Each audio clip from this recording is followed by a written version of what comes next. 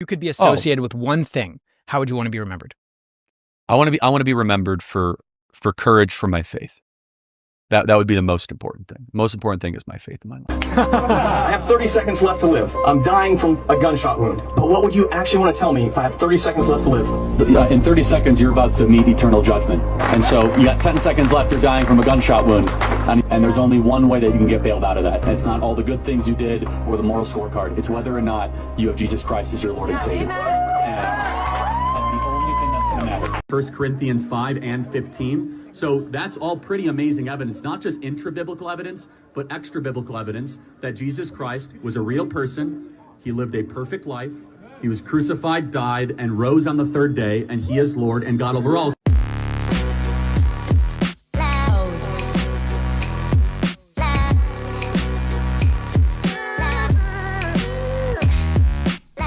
Of all the things that happened yesterday, one of the things that is really, really striking, one of the most heart-wrenching things about yesterday was this.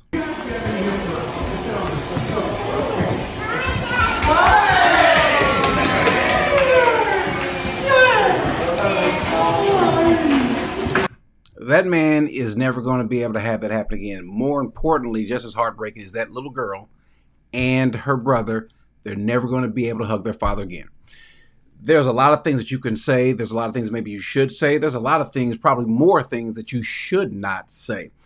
What's really bothersome and troublesome is how a lot of people have responded, especially the Christian community. Now, what I did was yesterday, I decided to do something I don't usually do, which is go on Facebook and to ask the people, put a comment up, because I usually don't put comments up or respond. Every now and then you might see me say something about, somebody's sports team or something like that. But I wanted to ask a question because I saw, there's a lot of people that are going to say a lot of things about Charlie Kirk. Good, bad. Some people have done something that I think they ought not do on both sides. Let me just say this first off for those who are Charlie Kirk supporters.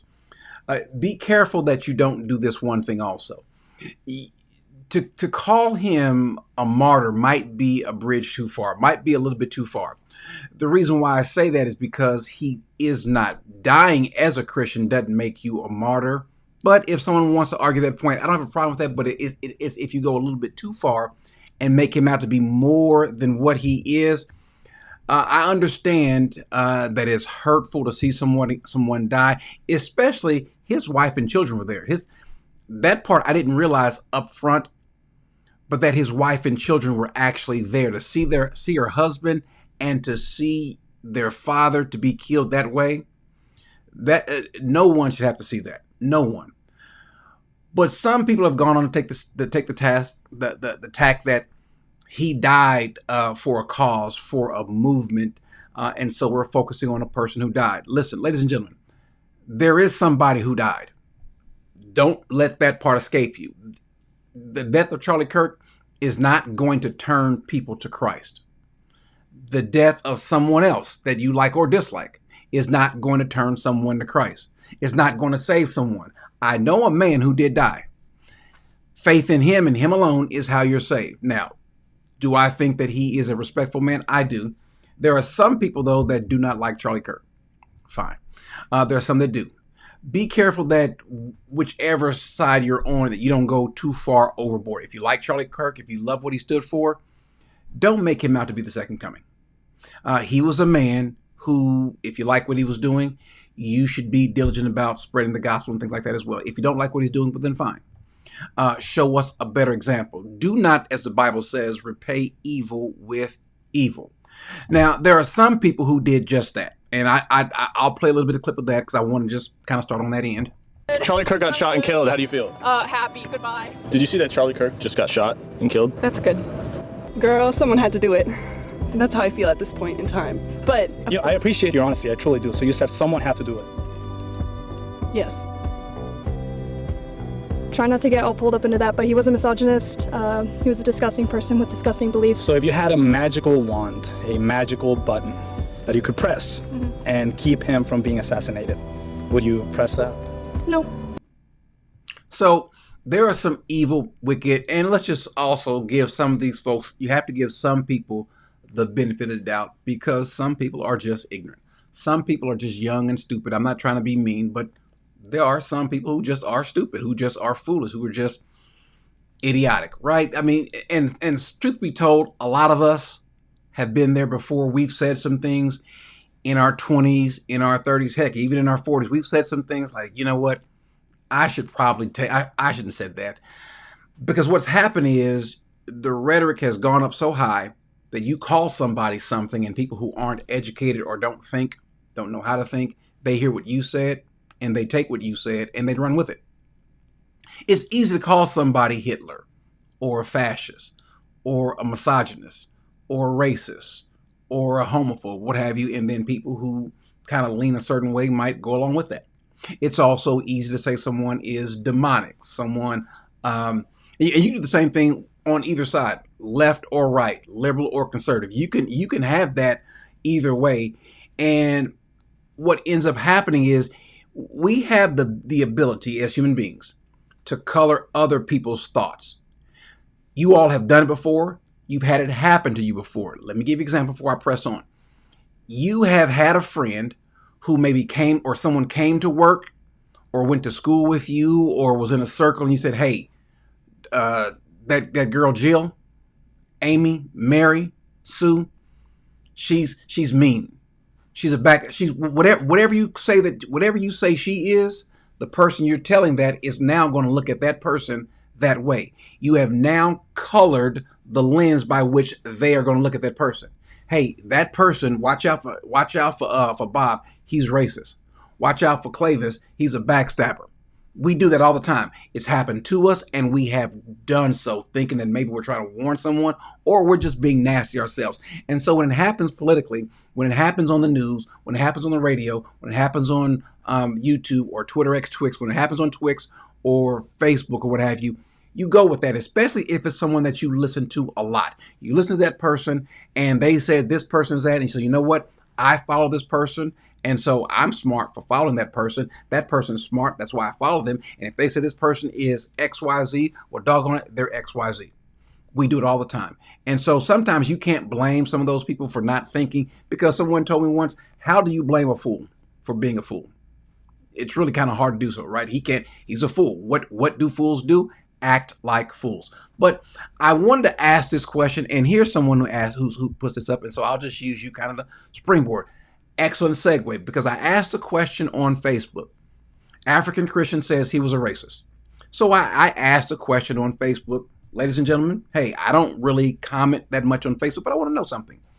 Since I don't follow Charlie Kirk that much, I've seen some things that he said, but not a lot. So could you tell me, if you think he was racist, why he was racist, what he either said or what he's either done?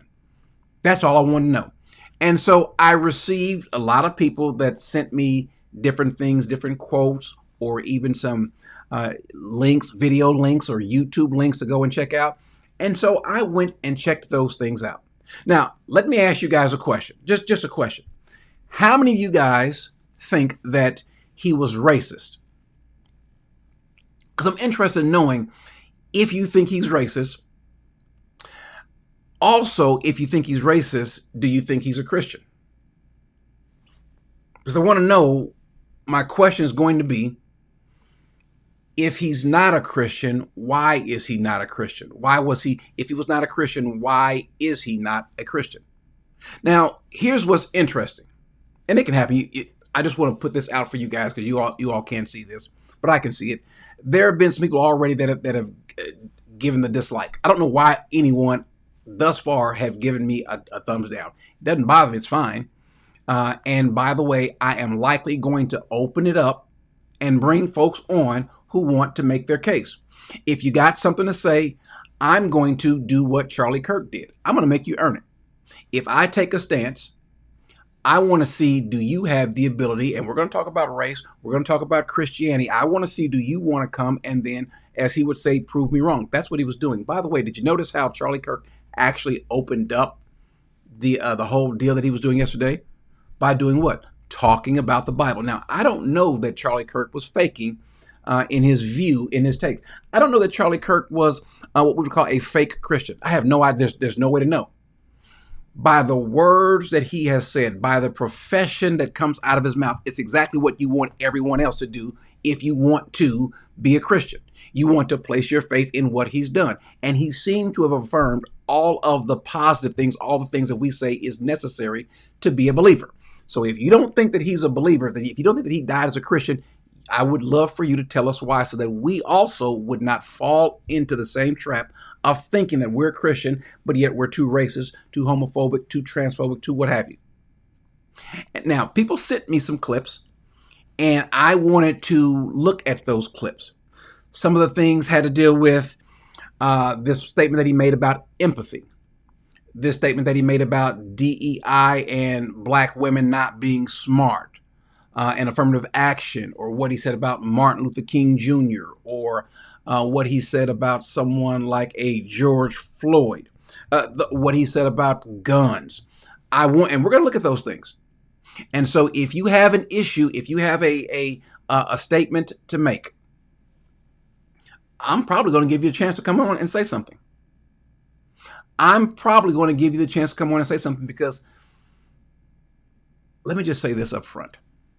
There's a lot of the things that he says that I believe in, that I agree with. I went and watched the videos, not someone making the statement. I went and watched the actual clips and watched them in context. Now, if you think that I'm racist, fine. If you think that I am a sellout, a bootlicker, whatever, fine.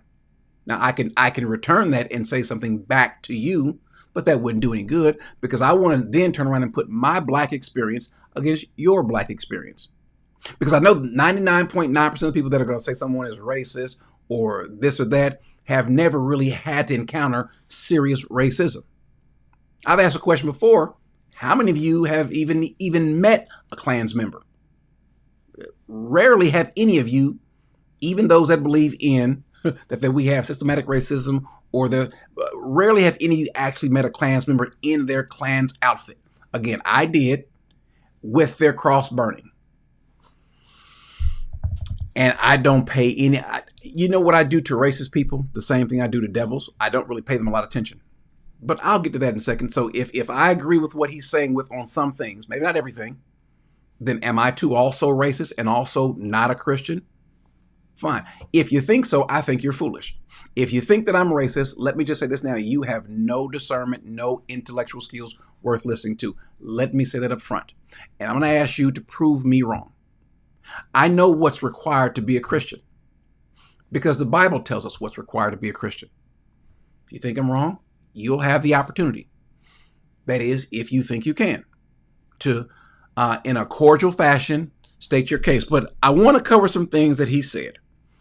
There's this statement that he made about black pilots. That was racist. That was racist. Here it is. A black pilot, you wonder, you say, I hope they are qualified. If I see a black pilot, I'm going to be like, boy, I hope he's qualified. Thomas Sowell and Justice Clarence Thomas are far better black role models to celebrate than Martin Luther King, period.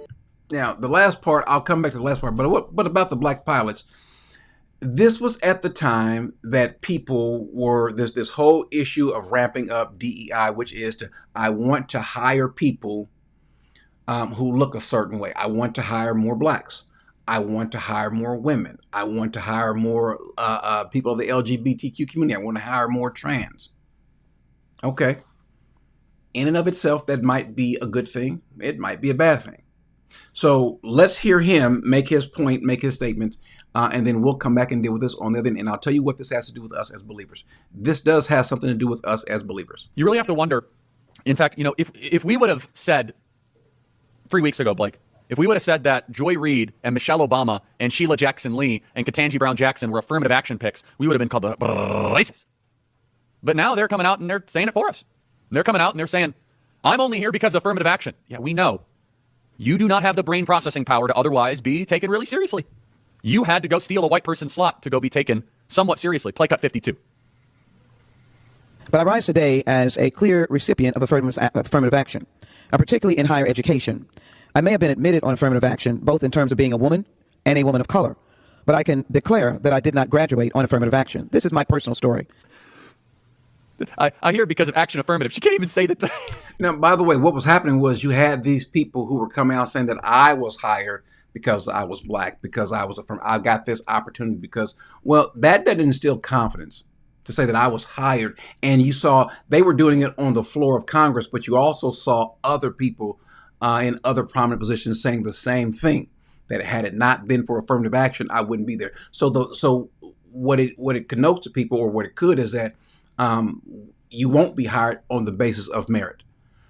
I think that's a bad signal. First of all, I think that's wrong. But we'll come back to this again. Let's just finish what he's saying. We know. It's very obvious to us that you were not smart enough to be able to get it on your own. I couldn't make it on my own, so I needed to take opportunities from someone more deserving. You know, this is how arrogant Joy Reid and Ketanji Brown Jackson and Michelle Obama and Sheila Jackson Lee are. They're so narcissistic, they think this is persuasive. Now, something also about this. Remember, this is the thing that for me personally, I think it can be a bit offensive. Ketanji Brown Jackson, who is the newest Supreme Court justice, who, by the way, all of the other 8 Supreme Court justices have had serious issues with her judicial record and the way that she judges cases. But the reason why she's there is because the president said that I am going to choose a black woman. So when you say I'm going to choose a black woman, what must you do? Go find a person who's a woman and who is black. And then now you got to, maybe she's qualified, maybe she's not. But if you're going to do the same thing with pilots, that's a totally different story. Ladies and gentlemen, let me ask you guys a question. How many men and how many blacks and how many women do you know who have an interest in flying? Just pause right there for a second. How many blacks do you know? And how many women do you know, not if they're qualified, but just have an interest in flying, in being a pilot? And then also going to some sort of flight school, going to some sort of training. How many do you know that are doing it? Now, I can want to be a pilot, but I'm not taking the steps to do so. I can't be one. And so, listen, if I'm in the hiring pool, then we're in trouble. But let him finish, see what he's saying. They think we're like, oh, of course. That's why we need affirmative action, because you have impressed us with your brilliance. Of course. Oh, no. Imagine the world without Joy Reid. Imagine the world without Sheila Jackson Lee or Michelle Obama or Ketanji Brown Jackson. They think this is persuasive. They think, as they kind of now reveal, that I'm only here because of anti-white, anti-Asian forced discrimination policies. That turned me into a bitter, resentful activist that hates white people, honestly, through our policies. All right, so I'm going to quote you real quick. You said, if I see a black pilot, I'm going to... Now, here's what you're going to hear him set the record straight for this guy in the context, and I'll come back on this end. I'm going to be like, boy, I hope he's qualified. Are you going to do that? Yeah, I mean that is correct, yeah. That's correct? Okay, so can we both agree? What was the context of what I said, though? What was the context? I don't even want to get into DEI because your opinion on DEI, it doesn't really help it in this case, so... If the context between what you brought up was that you believe that because they were being hired because they were black. Okay, so can we both agree that every single pilot, whether black, white, whoever, has to go through FAA certification? No, actually, we can't. New lawsuit shows that black pilots and female pilots have the standards being relaxed. No, sir. Can we agree at the time of February 29th or 2023 when you said it at the time? No. No, actually, I said it. That's why you don't know the context. Is that new lawsuits were showing that they were relaxing the standards for air traffic control and pilots in order to meet the standards. The context of that was diversity, equity, and inclusion. What does that have to do with hiring? Everything. DEI definitionally is that we will hire more of a race versus a different race. So, for example, United Airlines said that they want 50% of their new pilots to either be women or black. Okay. Currently, just so you understand, it's like 8%. So they want to go from 8% to 50%. Okay. And every time DEI is implemented, every single time, the lowering of standards occurs. Every single time. Lowering of standards? Correct. So can I prove it to you? We both want excellence, right? Okay. If you and I said, hey, we want 50% of the new people going into the NBA are white. Okay. Would the NBA drop in its standard? No. The National Basketball League? No, if we said 50%, if we say if 50% of the NBA drops and it was only white. No, I said... You follow what he's saying? If the NBA said, you know what, we want more whites, so let's bring in more whites. But if the whites that you bring in are less qualified than the blacks, I'm not saying that this is always the case. You don't just go looking for someone just for the sake of their look. The point that he's making with pilots or anyone else is you do not want someone who's hired just because they are black or just because they are a woman. You don't want that. I believe that. Am I racist? Now, you might disagree with that. But if you think that what he just said right there was racist, you don't know what racism is. You simply do not. Now, you get your chance to come and prove it to me. But you're going to tell me just choosing someone just because they look a certain way, that's a good thing? No, that's not a good thing at all. I don't want someone black. I don't want someone female. I don't want someone white. I just want whatever I do, whoever I'm utilizing, I want someone who's qualified. I'm long past the point of waiting or wanting someone who looks like me. I would love to see it. Ladies and gentlemen, and some of you said that you know some blacks who are pilots. You don't know a lot. That's just the point. That's just the point. There are not a lot.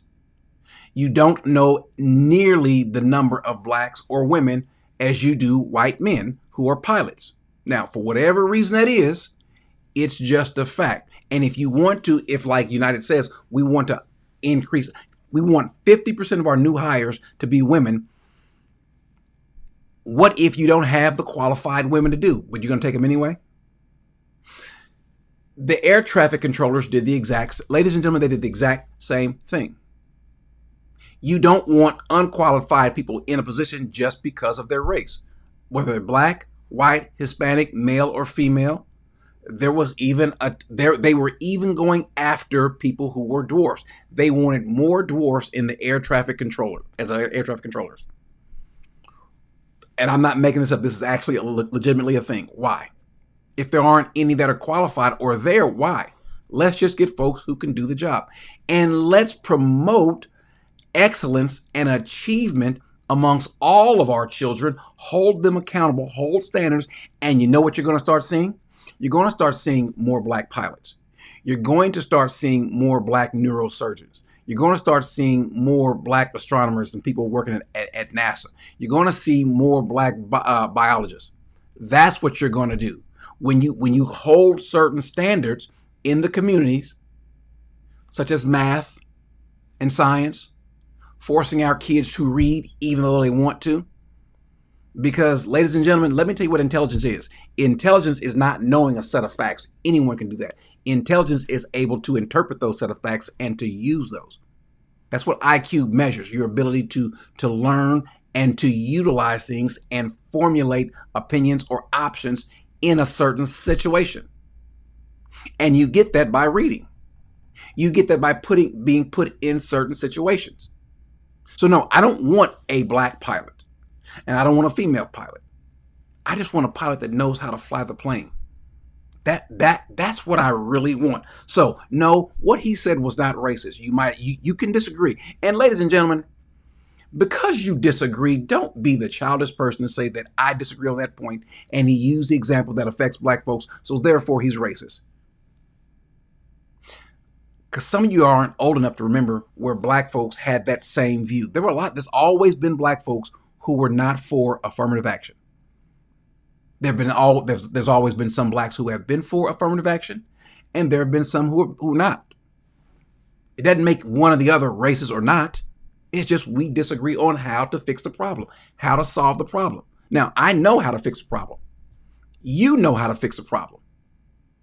Let me just start off with these two things up front.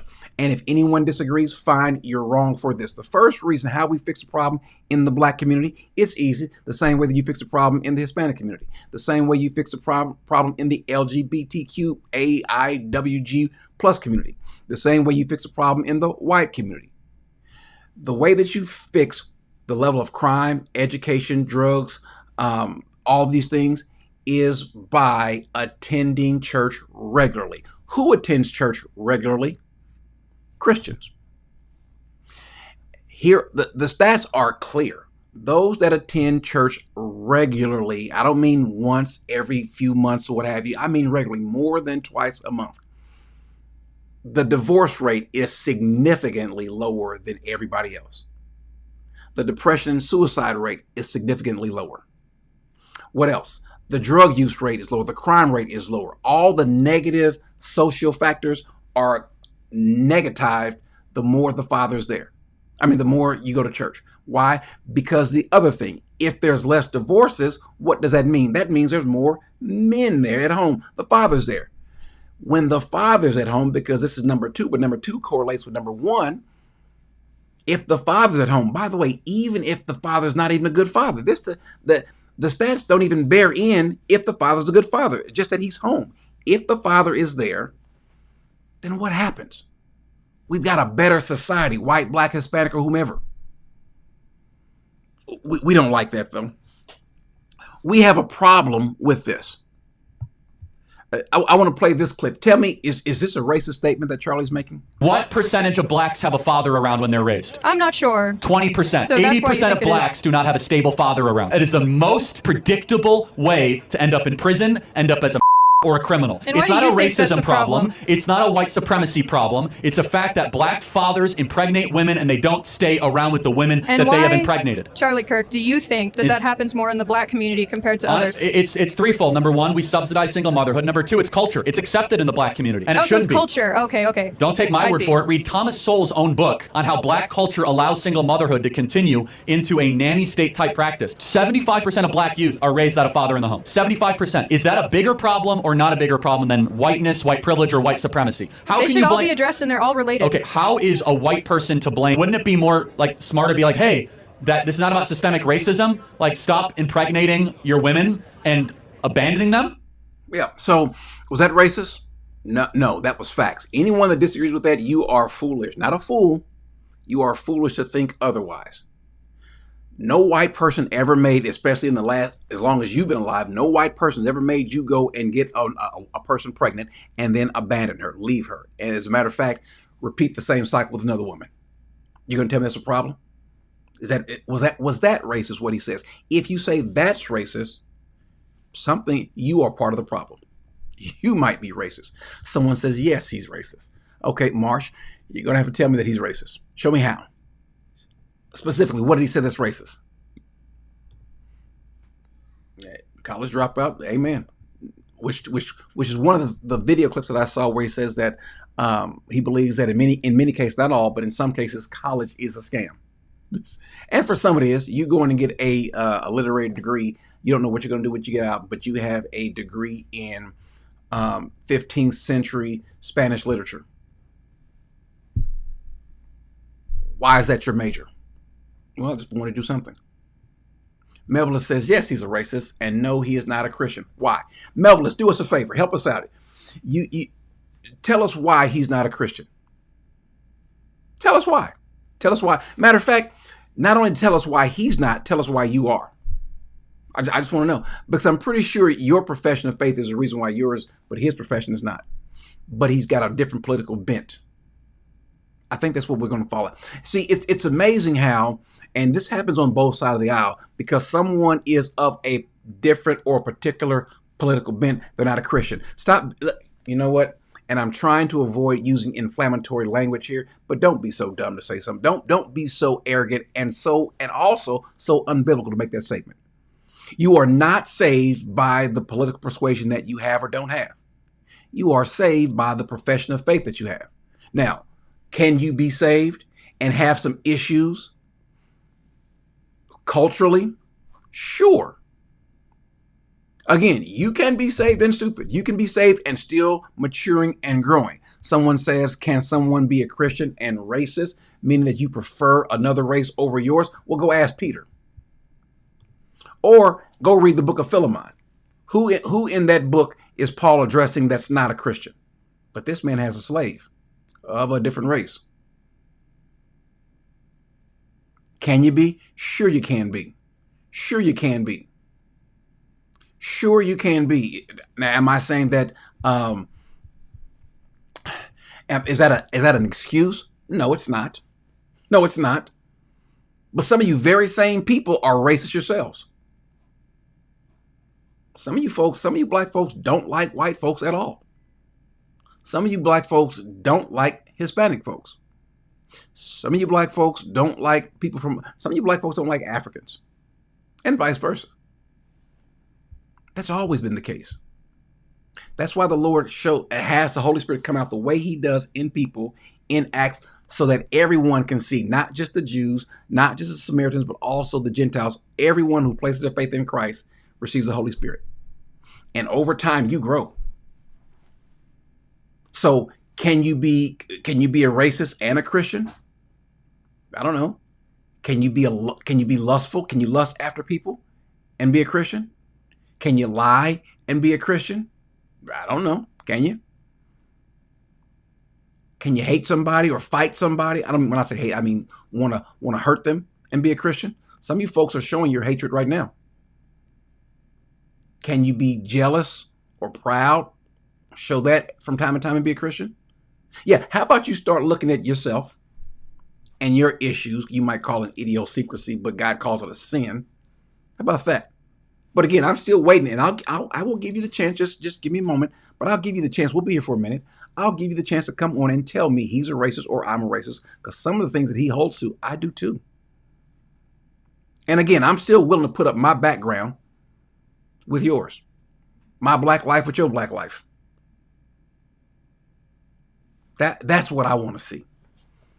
What I want to see is, are you more politically and racially motivated? That's the problem. And I am so tired of some of our colored preachers being that way. Can I tell you who was not political? By the way, Harlan, okay, fine. What was the racist rhetoric that he spewed, Harlan? Maybe you're right. Maybe I missed something. What was the racist rhetoric? I would love for you to let me know, Harlan. So let me go ahead and mark you so I can look for you to bring that back to my attention. I want to know. Maybe you're right. What was the racist rhetoric? I think it's okay to say that first of all, was Ketanji Brown Jackson a DEI hire? Absolutely. The person that hired her said so. How do you get past that? Yeah, but she's qualified. Really, was she qualified when she was asked what is a woman? Well, I don't think I'm qualified to say that. Well, you're not qualified to be a judge. If you can't judge what a woman is, then what else can you not judge? Sorry. You want to defend that? Some of you folks will die on the altar of color and party, and we'll find out that you are not saved. Why? Because you put something else above the Lord. You care more about that than anything else. When was the last time we caught you on camera speaking about the Lord Jesus? Don't know. So I'm waiting for you guys to tell me exactly. And moderators, help me out. There are 1,500 folks in the chat. I would love to know. So y'all help me out. Tell me, spot for me the people that said that that said he's a racist and what he said, because I want to know myself. I don't want to in any way, shape, form, or fashion defend racist rhetoric. How so? See, this is over here, African Christian. I want you to state why you say that. Do not be the child. Don't be the child. What do I mean? Not telling us why. Children don't know how to articulate what their points are. You can do so, can't you? So tell us. I'm looking. Matter of fact, let me go ahead and mark you as well, because I want you. I'm not marking you, but I'm sorry. Hold on. Oh, I'll play the MLK video. I'll play that. Are you going to tell me that if a person thinks that MLK was ungodly, unsaved, that means that he's racist? Because I can point you to a lot of black people who think that. By the way, I don't think Martin Luther King Jr. was a Christian. Oh, wait a minute. Doggone it, Corey's. I don't think so. You know why I don't think so? Because what he believed about the Trinity. You can't be saved. He couldn't be saved by his own writings. Well, I think he's changed. How do you know? He didn't say it. Melvillus, help us out, because you should know the rules by now. He thinks that what race is, he thinks that the white race, the what race? Okay. The white race is superior and is in jeopardy of losing superiority. Is that not racist? What do you mean by that? You're just making claims. Should black people get reparations? I believe they should. So I pushed the wrong button, but I'm going there in a second. You're just making claims. Are you guys not understanding what I'm saying? We do the same thing when it comes to doctrine. If you're going to say something, give the proof. Make the point. Make the point. He brought up color when. I can't wait till I push this button to allow you guys to come on. He brought up color when. In the video, in the response that he made about Sheila Jackson Lee, Ketanji Brown Jackson, and all these other folks, they brought up race. They brought up this notion of DEI and things like that. They brought that up. And so someone is refuting it. Ladies and gentlemen, I hate DEI. I hate affirmative action. And we never fought for that. The issue was not that we want you to help us. We want you to just get out of our way. Thank you, Jabalu. And I keep saying your name wrong, but doggone it. Just move out the way. I don't need you to do anything. I'm not a kid. I'm not a 5-year-old. I don't want you to tie my shoe. I just want you to move out of the way. The reason why, and I'll say it again, and I want you to prove me wrong. There's 2 groups of people in this country that do the exact same thing. That march, complain, file grievances, say someone's racist or someone's of this phobia, and at the same time have other people to make excuses for them. There's only 2 groups, blacks and the LGBTQ community. Those are only 2 people, only 2 groups. If either one of us do anything, somebody's going to be at the ready to make an excuse for us. Why? Because they look at you that way. The real racists are the people who look down on you, who think that you can't do it without their help. If I told you, let me just ask you a question, Melville. If I told you you can't do anything unless I help you, wouldn't that be offensive? But when a white person says it, you don't think that amen, massa. The real bootlickers, in my opinion, are the ones that bow down to the people who want to help you when you can do it yourself. African Christian, give me a comment. State something. See, we don't want to do this. This is the problem that we have, and I'm getting my point, because my big point is the issue with Christians. Because I could care less what the atheists think. I could care less what the other populations think and feel. My issue is us. You're going to put someone out of the body, which, by the way, you can't.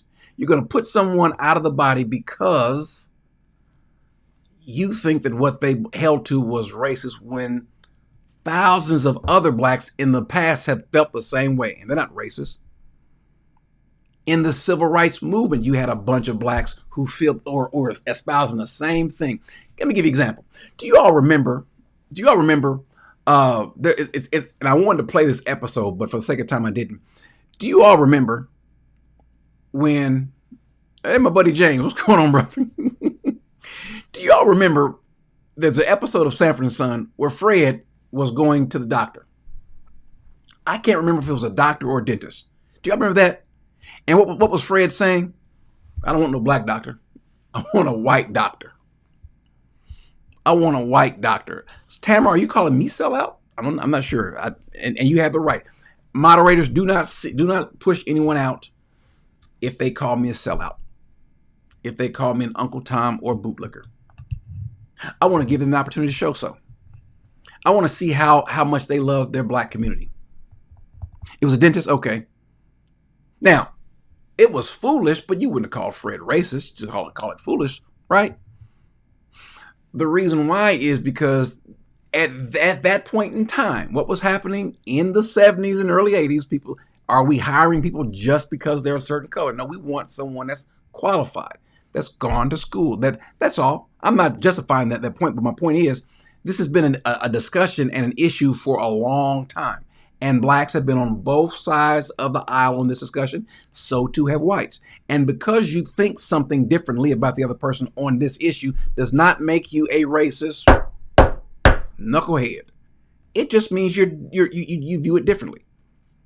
And guess what? You are allowed to be a Christian and allowed to be wrong. What if Charlie Kirk is wrong on, I don't know, DEI or reparations? What if he's wrong? Does that make a person racist? Does that make a person racist if they're wrong on an issue? My Lord, you're wrong on half the issues yourself. So does that make, come on. But that's part of the problem. That's part of the problem. That's why you have the people that watch you, the knuckleheads that watch you guys say, yeah, I'm glad he's dead. What about reparations? I, white man, have to play for black people. Why? Wow, that's a really selfish thing you No, just said. hold on. Why should I have... That's a really non-empathetic thing to Wait, say. why should I have empathy for a race? I have white guilt because I breathe?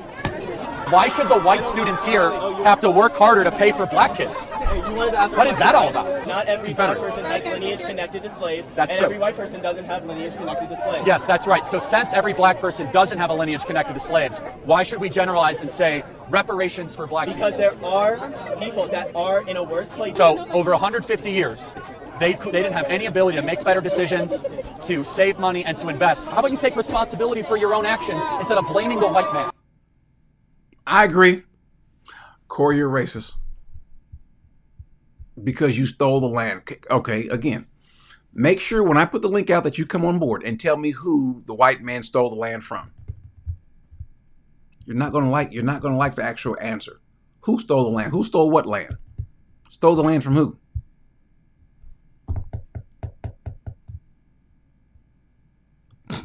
Wow. That's racist. Let me just say this with all due respect, and I hope that you get somewhere in a second where you can get your camera set up and you can come on board. But if you think that's racist, you are the worst person for the black community to ever listen to.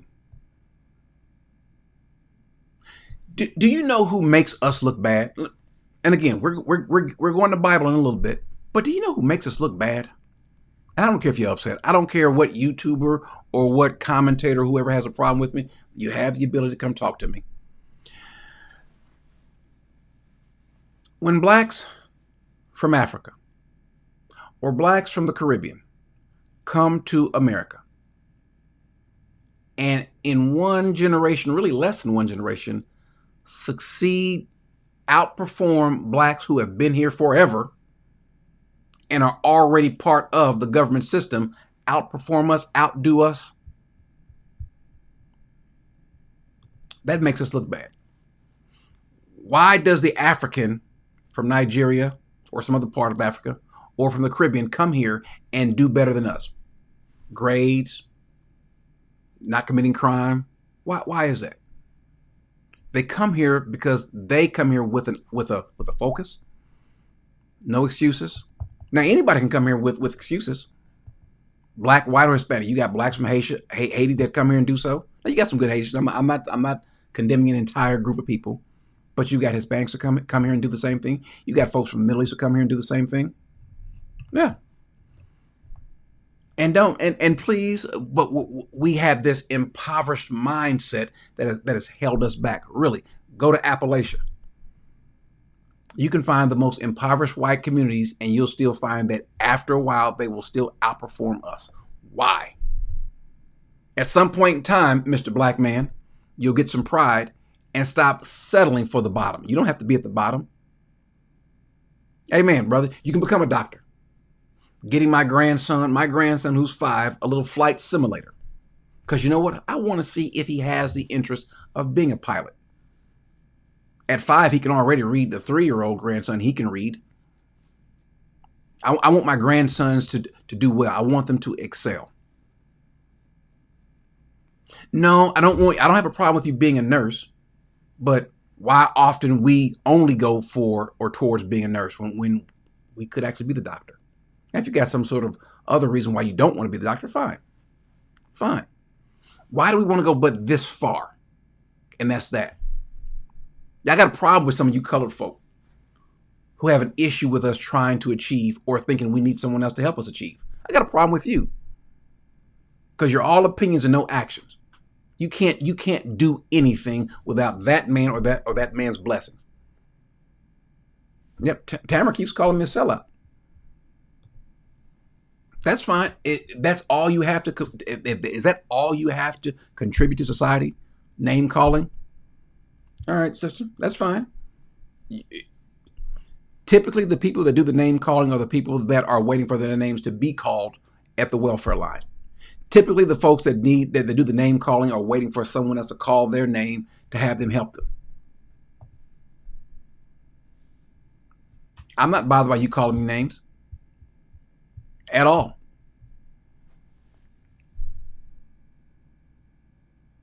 I just would love to see, again, because I'm still waiting for someone. By the way, moderators, has anyone yet told us why Charlie Kirk was not saved? Melvillus, did you ever tell us why you're a Christian and he's not? I'm sure you're going to say that you're a Christian because you've placed your faith in Christ. The profession of your faith tells us that you are, but the profession of his faith doesn't. Because he disagreed politically. That's foolish, Melvillus, and you tend to say foolish things. But I'll give you this. I'll give you the opportunity. I'll put the link in a second, and you can, and whomever else can come and tell me why I'm wrong. Because so far, those few things that he spoke about, I agree with. I agree with.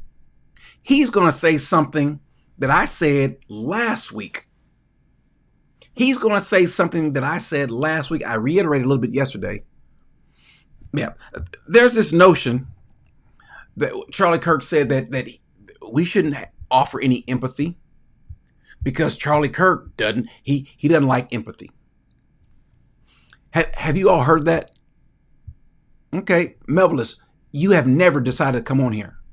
I think you do a lot of clamoring, a lot of speaking, but here's your opportunity. If I sound foolish, here's going to be your opportunity to show me so. And Melvillus, guess what we're going to do? We're going to do the one thing that you don't really like to do also. We're going to use the Bible. We're going to use the Bible because this is the Smart Christians channel, or on the other channel, Biblical Response. Yeah, we're going to bring that up, and we're going to see how what you say holds biblical weight. By the way, Melvillus, don't think I haven't noticed that you have not told me or the audience why you're saved and he's not. You haven't told us. Corey, you block us. How'd I block you? You're right there. By the way, I'm not blocking anybody. I'm not blocking anybody. You're right there. Tongue in mind, you're right there. By the way, it's Corey. With those saying, you can say what you want. Just spell my name right. I'm not blocking you. You will not listen, but maybe I will take you up on that. Okay, well, we're waiting. I've been waiting for the last year or two. Why is he not saved? Tell us in the chat, Melvillus. This is your fingers, but you simply will not. You simply will. Oh, someone says, okay, slow mode is on. When slow mode is on, you can only type so many times. I mean, you got to wait a minute or two. I guess, I don't know, 30 seconds.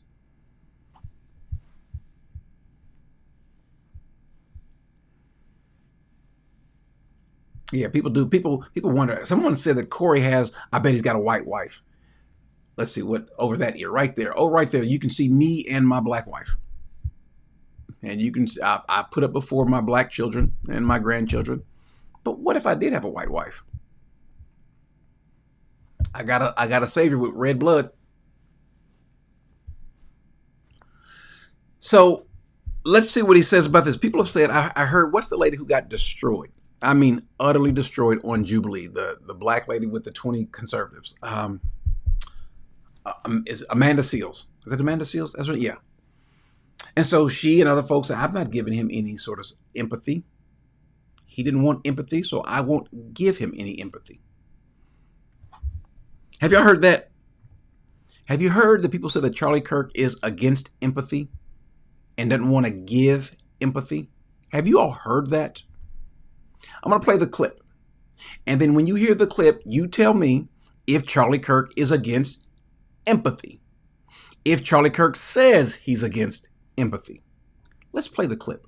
I can't stand the word empathy, actually. I think empathy is a made-up New Age term that it does a lot of damage. There's a lot of people being policed based off of how they show empathy or the lack thereof when it comes to Charlie Kirk. And I believe there's a lot of videos and things this man has said that's echoing in folks' heads. Probably debating with the devil right now. Him, Ronald Reagan, George Bush. Yeah, they having a debate of hell. So this guy, his name is Consciously. I would love to have a conversation with him. I think he makes a lot of ignorant points, ungodly points.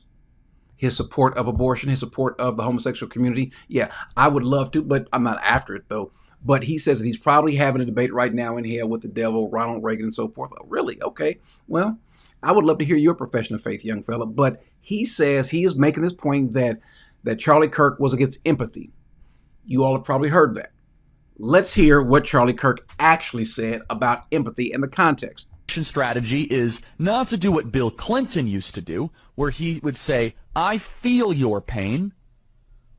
Instead, it is to say you're actually not in pain. So let's just very short clip. Bill Clinton in the 1990s, it was all about empathy and sympathy. I can't stand the word empathy, actually. I think empathy is a made-up New Age term that it does a lot of damage, but it is very effective when it comes to politics. Sympathy I prefer more than empathy. That's a separate topic for a different time. Now, as you already said, I know some people, it's going to be hard for some people to get it. He didn't say he's against empathy. The term empathy, how we use it. Do you all know the difference between empathy and sympathy? One, I can feel your pain. No, you can't. You just lost your child in an accident. I can empathize. No, you can't. Stop it. That's his point. But we were trying to do that in the 90s to get you, I want you to help feel our pain. And he was saying it's kind of a made up term. He would rather use sympathy. And he said, I'll talk about that later. He never said that he's against people being empathetic. He didn't like that word. A better word could be used. So the definition or the meaning behind it he's for is how the word is used. Do y'all understand that? Y'all see that? By the way, that doesn't make one way or the other make a person racist or not. You're just looking for reasons why other folks who called him racist, other reasons to validate why you think the man was no good. By the way, do you know how low class you have to be to want to say that I didn't agree with him, but he didn't deserve to get killed, but he was a racist. He didn't deserve to get killed, but he was a homophobe. He didn't deserve, but how about you be quiet? Why say that? Now, I want to remind you of two passages. One says, whatever you wish men to do to you, do to him likewise. But then also, Jesus says, by the same standard of measurement that you judge, God, will judge you by. I think you better listen. If you think he doesn't take notes, if you think the Lord doesn't take notes, be careful. So if you want the standard that you want to judge Charlie Kirk or anyone else by, understand you will be judged by that very same standard.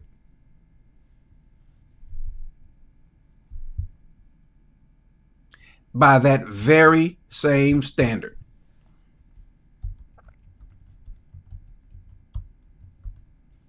Let me just put this on the screen. Well, not on the screen, but let me just read this off to you. Empathy is feeling and understanding another person's emotions as if they were your own, putting yourself in their shoes. You know what I just said?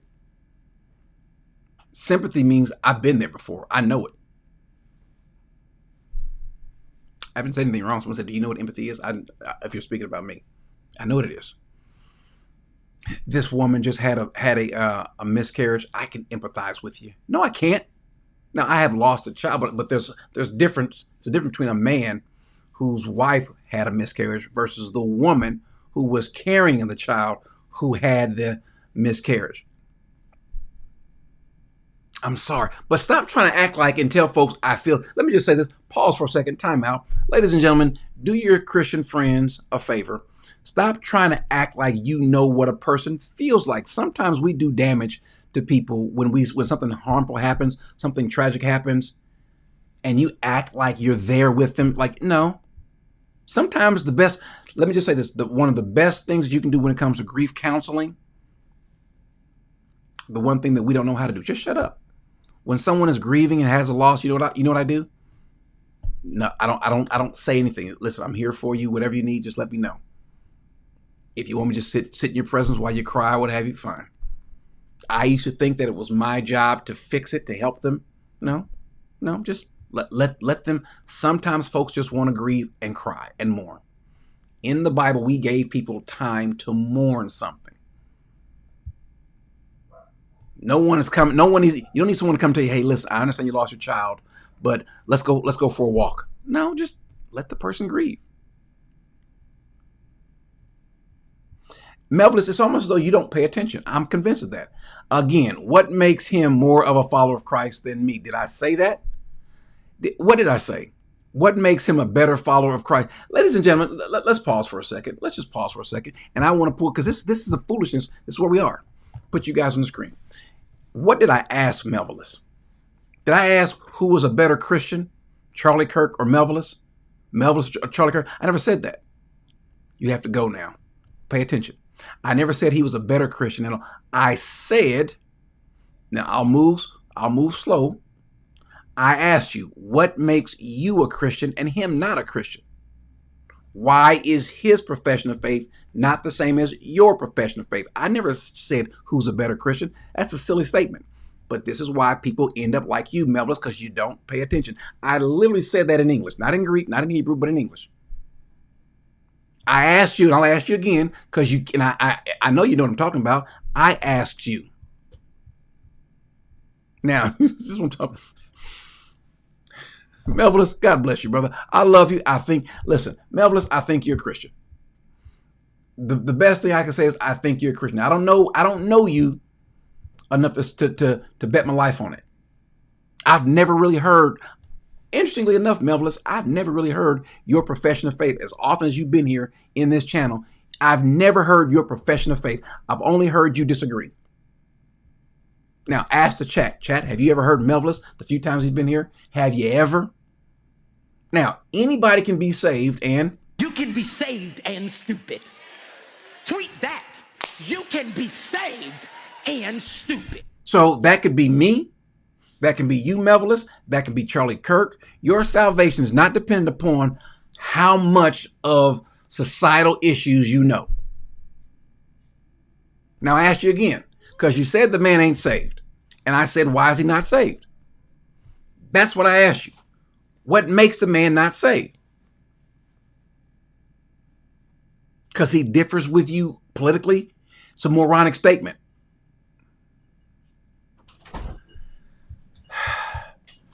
Melvillus, listen. I'm praying for you and your parents. Please answer my question. What makes him a better follower of Christ than me? I'll say it again. I did not say he's a better follower than you or you better than him. Neither of you, I can tell. That's not the issue. Melvillus, follow the bouncing ball. One last time. What makes your profession of faith real and his not? Why are you saved and he's not? This is why you know. This is why you won't. And I'll put the link up just a little bit. I'll put the link up. What? Why is he a better Christian than me? Well, at least you're agreeing now that he's a Christian, huh? No. Listen. No. Here's what's funny. He's not a troll. He's almost a regular.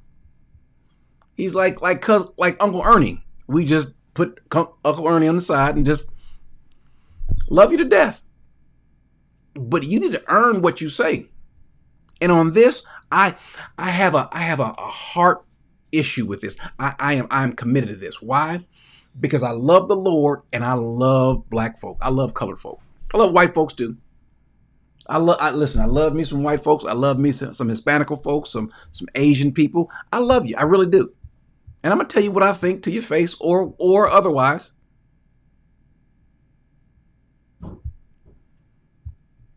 Now, let me just show you, ladies and gentlemen, let's deal with the hypocrisy.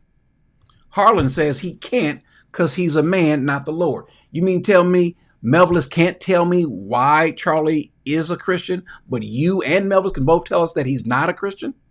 You said earlier that he's not. And presumably you had reasons why he's not. Your reasons all have to do with the fact that it is, he's a white man who falls on a different side of the political spectrum. There's my white brother right here, Brother James. That's my main man. By the way, he's white. And listen, I love me some James Self. He's white. We spent a lot of time together. Yeah, he and I he didn't mind me saying because it's part of his testimony too. He and I spent some time on a federal tour. Yeah, we were on a special federal tour. So I don't judge people based off of what they know and don't know. And I'm more tolerant of when mistakes are made. Clearly I am. And I've got to see actual, honest to goodness, real life racists. I don't think you guys have. I don't think you guys have. You guys think because you didn't get the job, it's the white man because he was racist. No, it's because you messed up in the interview. You came in late. That's why. You've got 8 jobs in the last 7 months, and you want this man to hire you. No, you don't have any stability that he can see on paper and the way you present yourself. That's probably why. You've got federal deployment. You've got problems with your family, men on your own. Yeah, and we got black men who blame black women for them not being a good black man. Where does that happen? Where does that happen? So, yeah, there might be some videos made about me, but you know what? Doggone it. Where's Joey? I'm here for it. That was, hold on. That was my last swig of coffee. That was my last bit of coffee, but you know what? I'm good. I'm good. I don't need any coffee. Yeah, so I've got energy. So far, we've seen Charlie Kirk talk about DEI. That was not racist. If you think it is, you don't know what racism is. We've seen him talk about reparations. That definitely wasn't racist. I don't want reparations. I don't want reparations. By the way, reparations would especially now, would bankrupt this country. Can I ask you guys a question too? This is what. Let me ask you colored folks some questions. Just white folks, y'all pause on this one for a second. This is for the colored folk. This is for you colored folk. Do y'all remember? Now I said this. I had an investment firm, and I said this at the time. I remember making this statement during seminars. People were asking about. This was when Mitt Romney was thinking about this, and they wanted to bring up Romney Care or what you have in Massachusetts and make that the model. And I said no, that would hurt and harm the insurance industry if you do that. What happened? Obamacare, we've got that. And I had a statement. I said some things. And now, by the way, I was blasted for this. I was told to be wrong. But let me ask you colored folks this. Do y'all remember, matter of fact, you white folks can jump in this too. Do y'all remember when the good white American government, the Democrats, the folks that you guys love, the ones who aren't racist, all the white folks are racist except for the Democrats. That's always blown my mind. When I was a Democrat, I thought, wait a second, how come only Democrats are the good white folks and the bad white folks are Republicans? Really? You mean only rich folk vote Republican? Well, ain't enough rich folk in the planet for the Republicans ever being. I just started thinking. Again, I was a card-carrying member of the Democratic Party, did some work with Jesse Jackson and Rainbow Push and some Democratic members of Congress because, my father, who was in organized crime, had a chance to know some of these people up close and thoroughly. And so I wanted to go into politics. But when these folks who you guys tell us, are on our side, they told you that if you don't buy this insurance, they're going to fine you. They're going to fine you, colored folks, especially, or white folks, people, period. They're going to fine you if you don't buy insurance. And the moment they had the ability to replace you, colored folk, with some more people from further down south, they offered to give their insurance to them free. I'll just let that sink in for a second. That's how much they love you.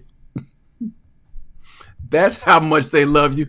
I would love 40 acres. Kayla, I would love 40 acres and a mule too. I would know what to do with it. I would know what to do with 40 acres and a mule. Listen, matter of fact, I'm going to sell the mule. The 40 acres I'll do something with.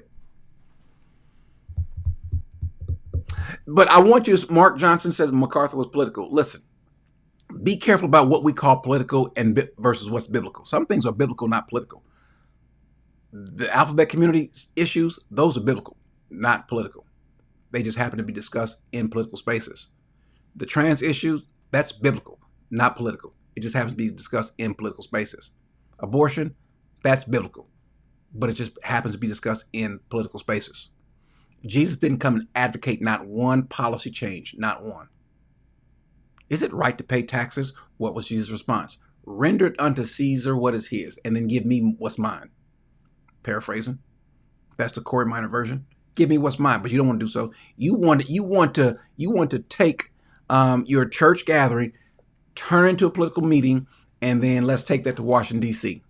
so we can get some more jobs around here, so we get all these different things. Hey, Andre, what standard will Charlie be judged by? On the profession of our faith. And we're going to see his faith. Remember, just before he was shot, he was promoting the gospel. You can disagree how much you want to, but when was the last time we saw you in public promoting the gospel? When was the last time we saw you or anyone saw you promoting the gospel in public?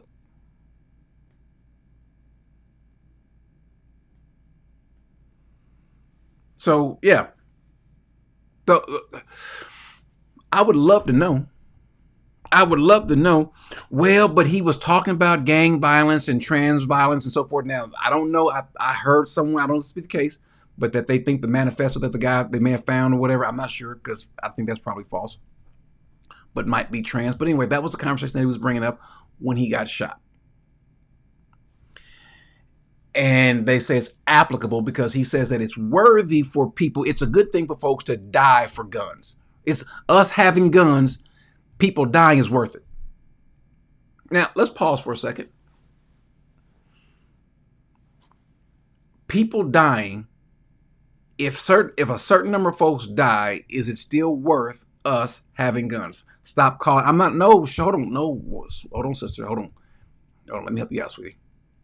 I'm not calling us colored. No, I'm not calling us colored. No. Some of you guys may be new. No, there's certain people I'm calling colored. I'm black. I'm black. Melvillus is colored. What do you mean by that? He's colored. Well, that's all he thinks of. That's how he thinks in terms of colored. And he's waiting for the good white man to do something for him, and the bad white man to repay him what he didn't do as a good colored man. Yeah, that's what I mean by colored. When that's your focus, colored. I'm not colored. I'm black. I've been called the other word too a couple of times. That's what I mean by colored. I don't mean you, sister. But how many people, Erica said, Corey, I'm brown skinned. I'm speaking like white people are better than black. No, I'm not. Sister, listen, I think you need to pay attention to me. I don't think white folks are better than black folks at all. I think that some black folks think that white folks are better than us. I think that when black folks sit and wait at the beck and call of another white man to tell them what they can do or provide for them, you show that they're better. When you want the government, when you want somebody to give you something, that is you saying you're better off than me. That's what that is. No, they're not better than us. Let me help you out. Is it Sharon or Sharon, Miss Johnson? Let me help you out. Every last black person that you know is a knucklehead. Every last white person you know was a knucklehead. Every Hispanic person, knucklehead. We all are flawed, fragile, fallen human beings. So what we have is a battle of ants to see who's the tallest ant. That's what we have. But if you do your work, if you hold to biblical principles, you'll be fine. If you lean unto God's unchanging hand, as we say, you'll be fine. I'm not talking. Stop caring and wondering what the white man is doing to you, for you, or against you. That's my issue. If you sit and wait on them or think about them, how do you go to bed at night or think about what the white man has done or is not doing, will do? And not you, but you got folks with 4 babies, you got 4 kids and 5 baby daddies. But that's the white man. You hadn't had a job more than 2 years straight, but this the white man. You got C's and D's in school, but it's the white man. That's my point. And if that's your mentality, you're colored. The reason why these black folks going and serving these long jail sentences because of the white man, you're colored. I know. Listen, I was there. I didn't meet very many black folks who were there who didn't deserve to be there. I met one or two. One was white, one was black. Boy, did they get railroaded. No, three. Two was white. The one white guy was an 18-year-old mentally slow young man. Didn't deserve to be there. One guy almost thought he was doing donuts on a levee, and they gave him a year and a day. They gave it, yeah, because he did it 3 times. The judge kept telling him stop doing it. The third time, said, okay, fine, you're going to federal prison. So yeah, he deserved to be there. Another guy went to prison because he took a phone call. It's in his paperwork. It's like, wow, what'd you say?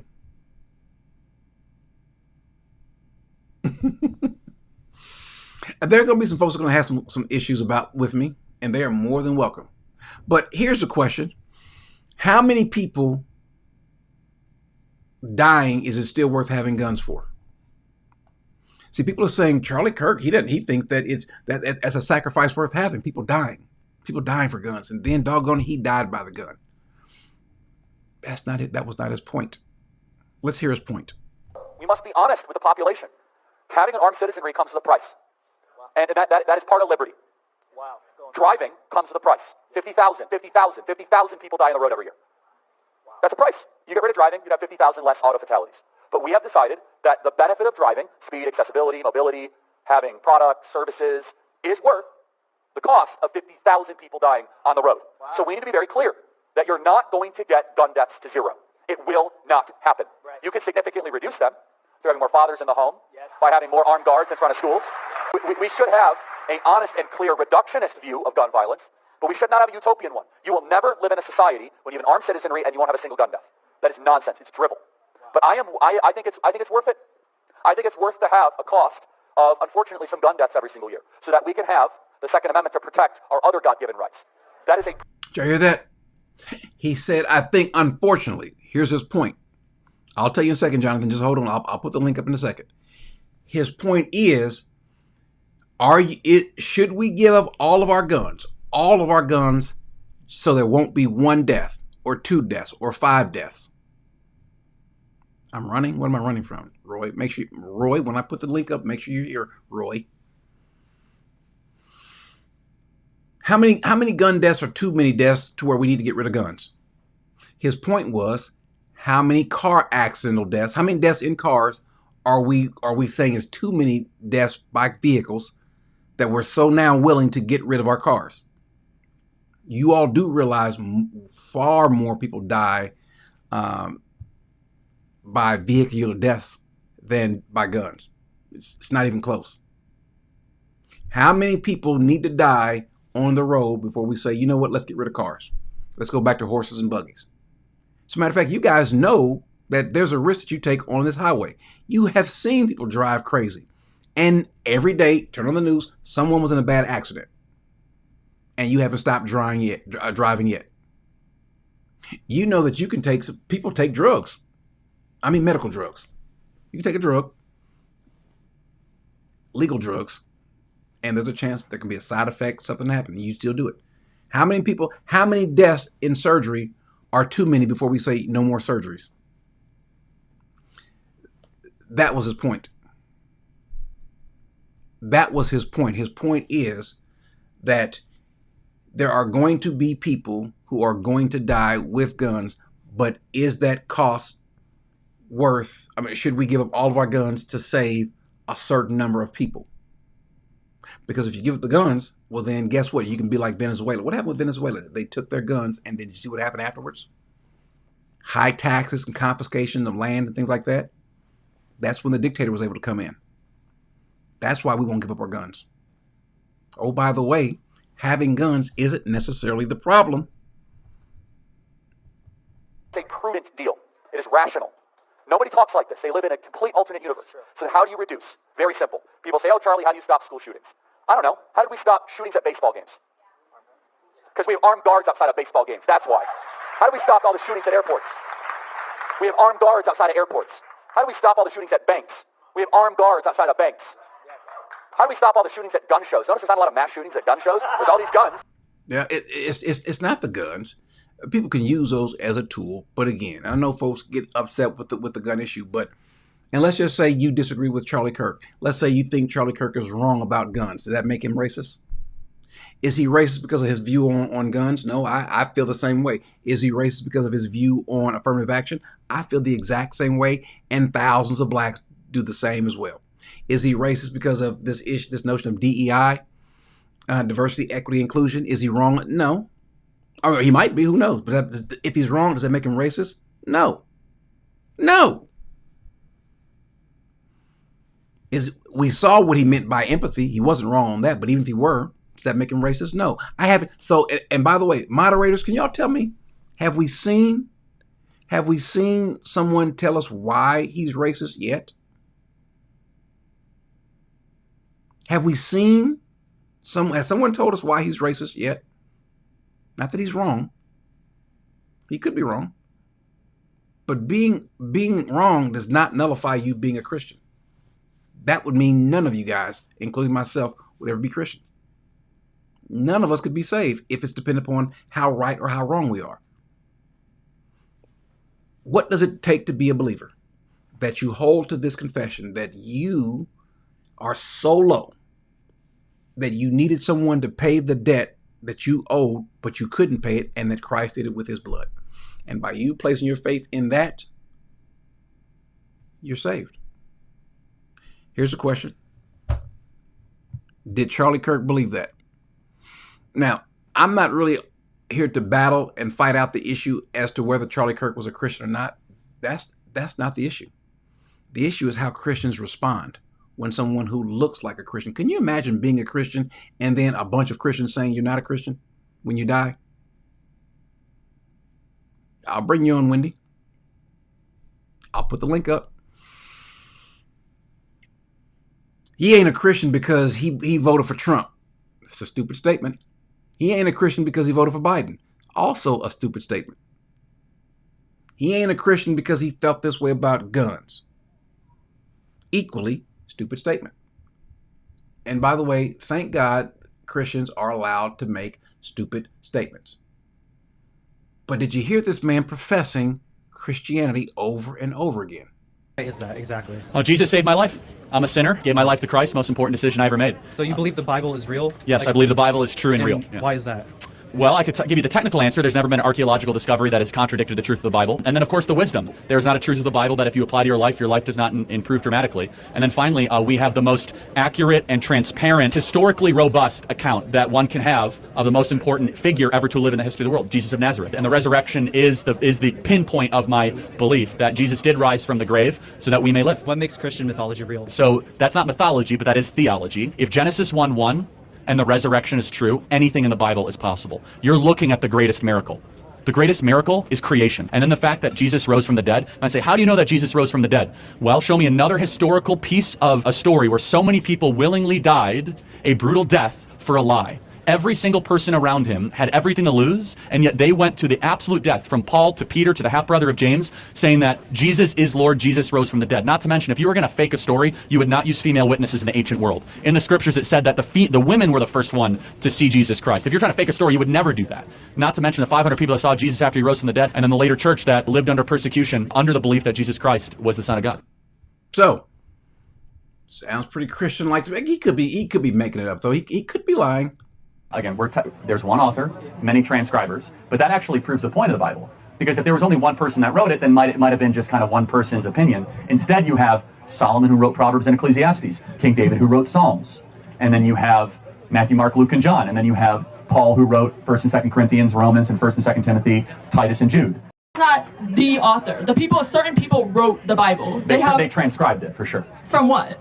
Well, Moses heard from God, and he transcribed Genesis, Exodus, Leviticus, Numbers, and Deuteronomy. But Moses wasn't alive when all of these other people were writing the same book.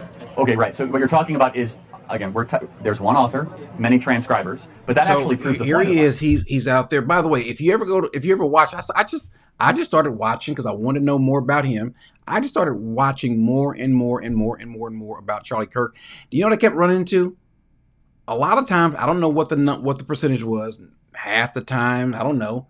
But a lot of the times, Charlie Kirk is answering questions about Jesus, about the Bible.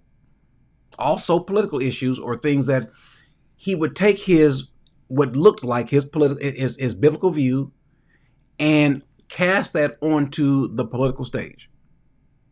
You can say that's right. You can say that's wrong. But the point is, you can see him constantly bringing up Jesus. Please explain to everyone out here what Jesus stood for, and especially the qualities of love, how to love your neighbor even if they don't agree with you. That's a beautiful question. So John 8, if I'm drawing from memory correctly, best embodies both Christ's mercy and love, but also his commitment to truth. And sometimes in the modern gospel, we overemphasize the grace and we underemphasize the truth. Yeah. And so we are far too willing to say, hey, Jesus loves everybody, but we don't get to the second part of the conversation that says Jesus doesn't want you to live in sin. So this is, in John 8, it's best embodied, right? Almost every Christian in this audience will be able to tell you the first part of this, which is a bunch of Sadducees and Pharisees are standing around with rocks, and they're about to stone the prostitute woman. And Jesus comes up and says, let the first among you without sin cast the first stone. And everyone starts dropping the rocks. But what comes next shows that Christ is not just grace-focused, he's simultaneously truth-focused. He goes up to the woman who had a career in selling herself for sex and said, sin no more. Now, imagine today how much trouble you would get in if you would go up to somebody and say, stop sinning. Oh, you're being too judgmental. No, you're actually being Christ-like. So Jesus stood. He was 100% grace and truth. And that tension is very hard in a modern world because we want to overemphasize grace when in reality Christ loves us too much to have us continue to live in sin. He wants us to try to elevate our actions to glorify God in all that we do. Sounds like someone who really cares about the word of the Lord. Who cares? He seems like he does, right? Listen, would you agree with his assessment of the church? It's not a place where you go to be affirmed. The church is a place where you learn why you need the cross. The church is a place where you go to be corrected, not told how awesome you are. The church is a place where you learn what sin is and what the law of God is. You want to know why church rates have been going down the last 30 years? You see, most of America says, I don't need a savior. I'm the most important person ever. And they'll walk into kind of your regular modern church and they'll be told how great they are. And they'll be told that you're the greatest person ever. These ridiculous television advertisements that keep on saying, he gets us. That is the most narcissistic Christian ad ever. No, I'm sorry. Let me be very clear. He doesn't get you when you're watching pornography. He doesn't get you when you're going out drinking till 2 a.m. and not taking care of your kids. He doesn't get you when you're in the abortion clinic and you're driving the girl that you had premarital sex with. No, instead, he saves you from your sin, and you must bring yourself to repentance in front of the Lord of the heavens and the earth. And again, this ridiculous advertisement, he gets us. That's everything wrong with American Christianity. Everything. So, based on what I've heard, I would say that he's a Christian, that he's saved. Would I bet my life on it? Nope, don't know. I have no idea what he was like personally. I didn't hear him say anything that was racist. There might have been some things that you all may have disagreed with. Fine. Don't have a problem with that. Oh, I did say this. I was going to bring up what he said, some things that he said that was kind of inflammatory. I'll bring it up in just a second. But to bring up, I see someone bringing up Ravi Zacharias or Nick Fuentes. We're not talking about them. I'm not vouching for every single person. By the way, neither of them have been assassinated. We're talking about how a person who is clearly bent up stating what we would state ourselves as a Christian, but because he leaned a different way politically, he wasn't saved. Some people just don't know what it means to be a believer. That's just a fact. Let me give you another thing that happened recently. Hulk Hogan died. And I just saw folks coming out and saying that he's in hell now. Because 10 years ago to the date that he died, he made a racist statement. So he's going to hell. But you leap forward past the fact that after that he came out and repented, said that he was wrong for that. He was in a dark place. Then after that, placed his faith in Christ and claimed the name of Christ. But forget all of that, what he said 10 years ago, 15 years ago, that makes him a racist and he's in hell. You don't know what it means to be saved then. Again, the same measure that you use is the same one that God will use. Roy, just wait. If you can't wait, I don't know what to tell you. Just give me a second. Do you have somewhere to be? You don't. We'll hear your point in a second.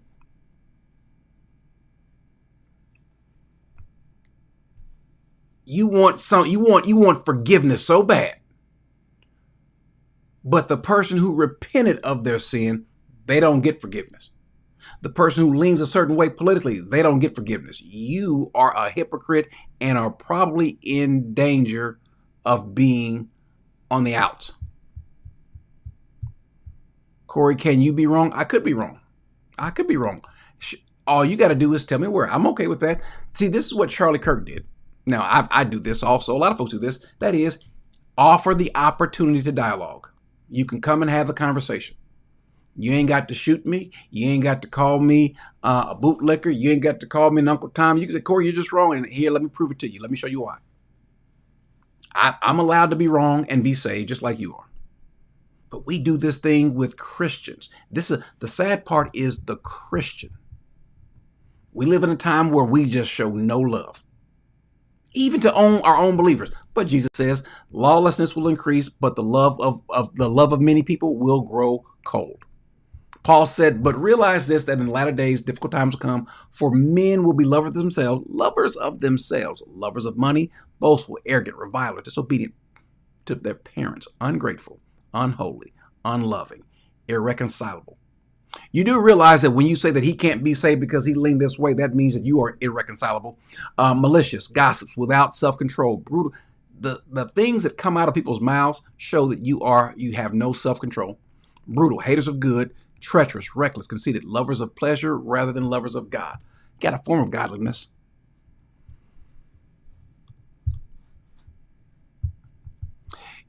And then the first thing you want to do is vent. Now, whatever you believe, just be convinced in that way, as Paul says, be convinced. Whatever you hold to, be convinced, as long as it's not something that's ungodly. If it's something that's ungodly, don't be convinced of that. Our job, if you hold to something that's ungodly, is to reprove and to rebuke. That is our job for the believer. But you know what you don't want to do? You don't want to repay evil for evil, right? That's what the text says. Don't repay evil for evil. This person who by all accounts seems like a believer. Therefore, because he leans a different way, I've got to say, I'm glad he's dead. Some folks didn't say that outright, but when you say nobody should die for their beliefs, but you're like, whatever. Okay, all right, he died, whatever. That's us. That's us as Christians. But let me go ahead and do this. Let me go ahead and I was going to go somewhere else, but there's some folks that are just very, very anxious to come on board. So let me do this. I've got to set up a couple things. Make sure your face, type this in, visible, and your, how do I type this? Name is typed. Put the link. Let's do this. I got to do two things first. Give me a second because I also want to pin this as well. Want you guys to come on. If I can find where I'm at. It was too difficult to set this up earlier, so give me a second. And then I'll also go to you all's super chats as well. Put this in there. Alrighty. There is, let me pin the link as well. All right, let me do the exact same thing over here. Uh-oh, wait a second. Do the same thing over here on the other channel. Where's it at? Where's it at? There it is. The exact same thing here. And then let me pin this. Wow, these comments, you know what's, these comments are moving quickly. Okay. Alrighty, and then let me also give you guys a spot to come on. And if a person disagrees, you are more than welcome to disagree. Let's make this into a guest spot.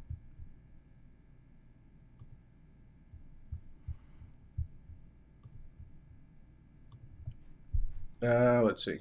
Hold on, Kestner. I see you coming on. Give me 1 second. By the way, I don't want the people coming on who agree. I want you, those that are coming on who disagree. Uh-oh. Give me 1 second. All righty. Let me do this. Lock that there. Click on here. Now, again, make sure your face is visible. Make sure Roy Jackson shows up. I wish Melvillus would have been here. Give me a second, though. By the way, thank you guys for the super chat. Nomad, thank you. Fio Takao, thank you so much. ED, amen. It is. The media is antichrist. ED, you are absolutely right.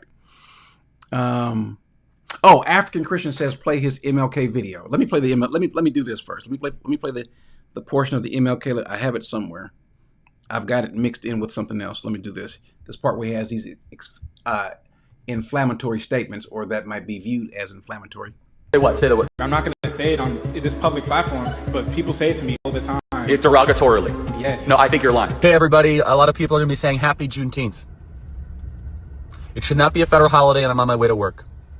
Have a good day. Martin Luther King, happy to go into it, very troubled past, well-known rapist, all that sort of stuff, right? However, on the other side, the Civil Rights Act, ending segregation good, going so as far to create a permanent affirmative action, basically diversity, equity, inclusion, Leviathan within the Department of Justice, that is now being used to put men in female locker rooms and men in female sports, of which the Civil Rights Act is a far overextension above its original intent. I point everyone to a book called Age of Entitlement. That's the best book that I'll reference on that. Actually better in the 1940s. It was bad, it was evil, but what happened? Something changed. They committed less crimes. Maybe they were afraid. I mean, 4,000 black men, women, and children were killed in violent lynch mobs. That's your explanation. But I guess, racial terror permeated American culture for hundreds of years. Black America is worse than it has been that in the last affected 80 years. the generational psyche of an entire group of people. Black America is worse than it has been in the last 80 years.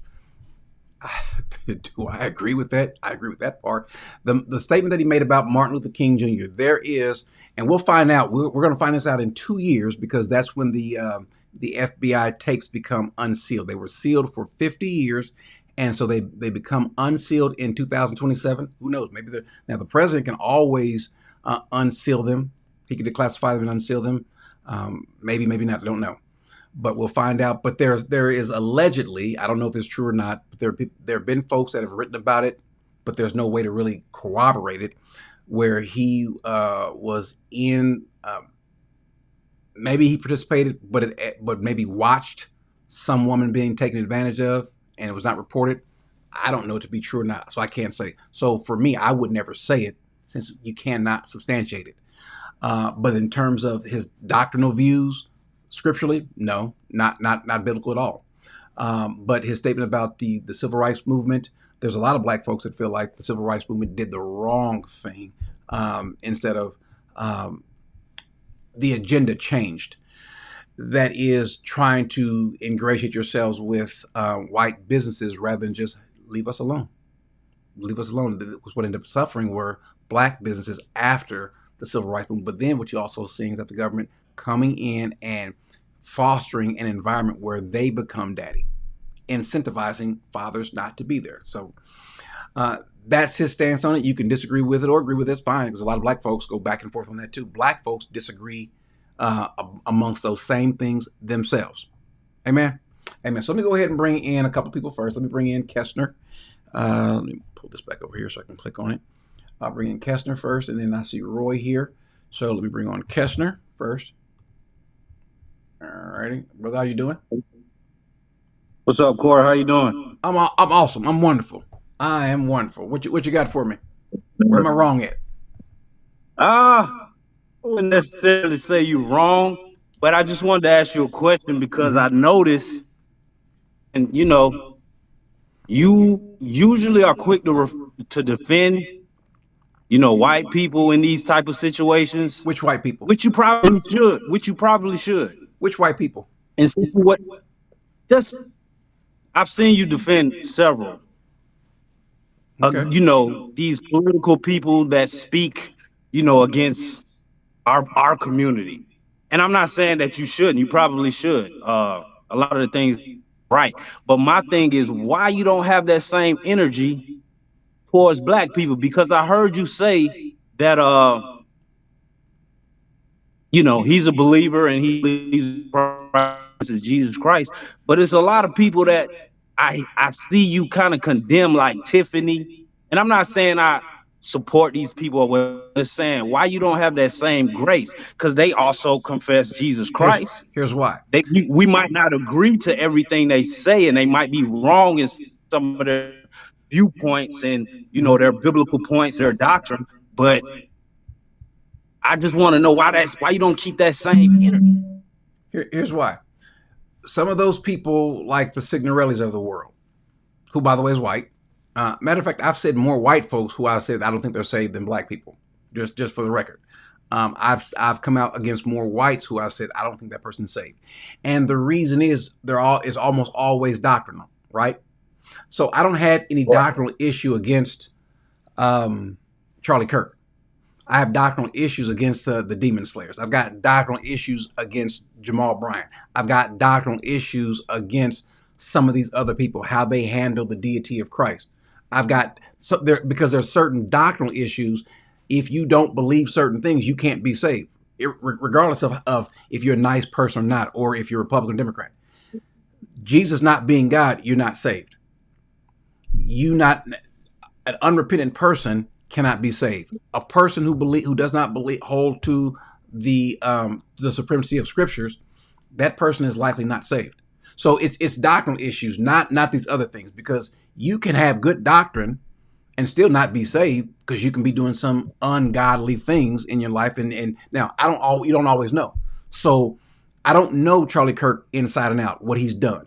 I have no idea if he loves his wife or not, if he beats his kids or beats his, I don't know. I don't know if he's cheating on his wife. I have no idea, nor does anyone else. Right. So based on that, all I can go off of is his profession of faith. And it's sad that he's got a profession of faith that everyone else should aspire to, or at least see. I don't know everything he's ever said doctrinally, but at least what we've played, okay, that's what we should want for all of the brothers and sisters. And so when he dies, the first people that catch my attention that come against him are Christians. Why? And the only reason they do so is because of a political bent. That's wrong. If it's a doctrinal issue, that's different. That's different. What's the guy's name? That died, that was talking about going to hell, that there is no hell, Carlton Pearson. That's a doctrinal issue. Yeah. That is an issue. By the way, he renounced this belief. So where's he going? Hell. He just happened to be black, but there's a lot of white folks who I put in the same category, the Kenneth Copelands of the world, the Smiling Joel Osteen, those folks. So it's not a black issue. But can we be honest? Though? I don't think you're wrong for defending, Charlie Kirk or any white person that you feel should be defended. You feel that they're a believer or whatever, because that's your opinion, and I don't feel you wrong. I think we should defend people. Right is wrong, wrong is wrong. But my thing is, if you're a believer, the thing that catches you up is, because I was reading scriptures the other day and it said, confess Jesus as Lord. If you make that confession that he was God, he was manifest in the flesh, believe it, Titus. Uh-oh. So it's a lot of people that might miss it in certain areas, but if you believe in Jesus Christ, if you believe, the word manifest made flesh, if you believe he died for our sins, then you're saved. You should be right. You're saved. No ifs, ands, buts about it. And that's my point. That's my point. Once you echo, let me fix that. That is my point. Who believe that. They believe that. It's people like Abednego who believe that. People like Marcus Rogers. Well, hold on. I've never said Abednego's not saved. I've never once said that. I've heard you say, I heard you do Marcus Rogers. You might have kind of walked it back sometimes. No. Hold on. Said something. I said Abednego. I've never said Abednego's not saved. I've said I don't think Marcus Rogers is. Why?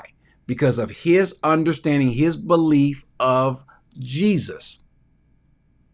You cannot be saved if you have an incorrect view of the deity of Christ. And that's Marcus Rogers. If you just wrong, if you just come to correct understanding, if you still saying that he's he died for our sins. He's God. I believe in him. If you still have faith in him, but you might be in a place where your doctrine is wrong about him, your understanding about him is wrong. Can a person who Understanding has a sincere holding of Mormonism, understand all the tenets of Mormonism, I understand everything about Mormonism and I believe it, and in that I believe Jesus died for my sin, can that person be saved? No. Right. Now, there are Mormons who are saved, but you can't be saved if you believe the Mormon tenets, meaning that if you believe what they believe, then you can't be saved. But there are some people who call themselves Mormons who don't know all of the tenets of the Mormon faith. Right. That's what I'm saying. So in those Marcus does know these things, or he's just ignorant. Either way, he at the very least, he shouldn't be up teaching anybody. That's number one. Right. Number two, though, take his own profession of faith. Not that Jesus died for us and that he believes that, and that he's sincerely repentant. There are Muslims who are sincerely sorrowful about their lives, but they're going to hell. Sincerity doesn't mean anything. It's what you've placed your faith in. And if your faith is in a Jesus who's not the Jesus of the Bible, you don't know him. That's all. Now, I could be wrong. Hope I am wrong. But it's not just the black folks, because I said the same thing about the Signorellis, about the Saldivars of the world. I said the same thing about the Joel Osteens and the Copelands and the definitely I agree. I've heard you say those. Yeah. So and by the way, I noticed that I want you to defend, because sometimes our people like the Marcus Rogers or the Tiffany, what's her name that you always speak about? I forget her last name, but they might know stuff, doctor. They might be, but they do confess the name of Christ. So sometimes I just feel like, dang, lighten up on them a little bit, have a little more grace. But another point I wanted to get to, and people like Charlie Kirk, like Ben Shapiro, or people in that they speak a lot and they say a lot of inflammatory things, especially against the black community. They tend to say a lot of inflammatory things. Okay, give me an example of something inflammatory they say against the black community. Just like most of the crime is committed by black people. Most violence is committed by black people. Okay. If you look at the FBI statistics, that's not true. Okay. Most violent crimes. 50% of violent crime. Now it may have changed. It may have eked down below 50%. Wait a second. It was 63%. So if it's dropped down, fine. If it was 63% of violent crimes in America are committed by blacks. Now, if it's dropped down over the last year, amen, praise God. It didn't drop down to 13%. Yeah, but my thing is, and even if that's true, my thing with these people is, they tend to forget the things that have happened in this country. They tend to forget the foundation that has been laid in this country. Like what? Who started gangs in this country? Okay, let me ask you a question. Who started murder? Well, hold on, no, let me finish. Okay, go ahead. Are you in a gang? No. Are you committing crimes? No. All right then. So therefore, they don't have an excuse either. No. But just hear me out. My point, real quick. Because a lot of times, they make these statements like, and it was found on Christian beliefs, and it has a Christian foundation. But a lot of, if you really look into the word, the way this nation was started goes directly against a lot of the scriptures. Like, let's say that's true. Let's say that's true. And yeah, you can start a city on slaughtering people. The Bible tells you that city is going those things, or you can't. The laborers who reap down your fields, you haven't given their wages. There's never been a country, but Kester, there's never been a country that has been founded with godly people. All of them have been wicked.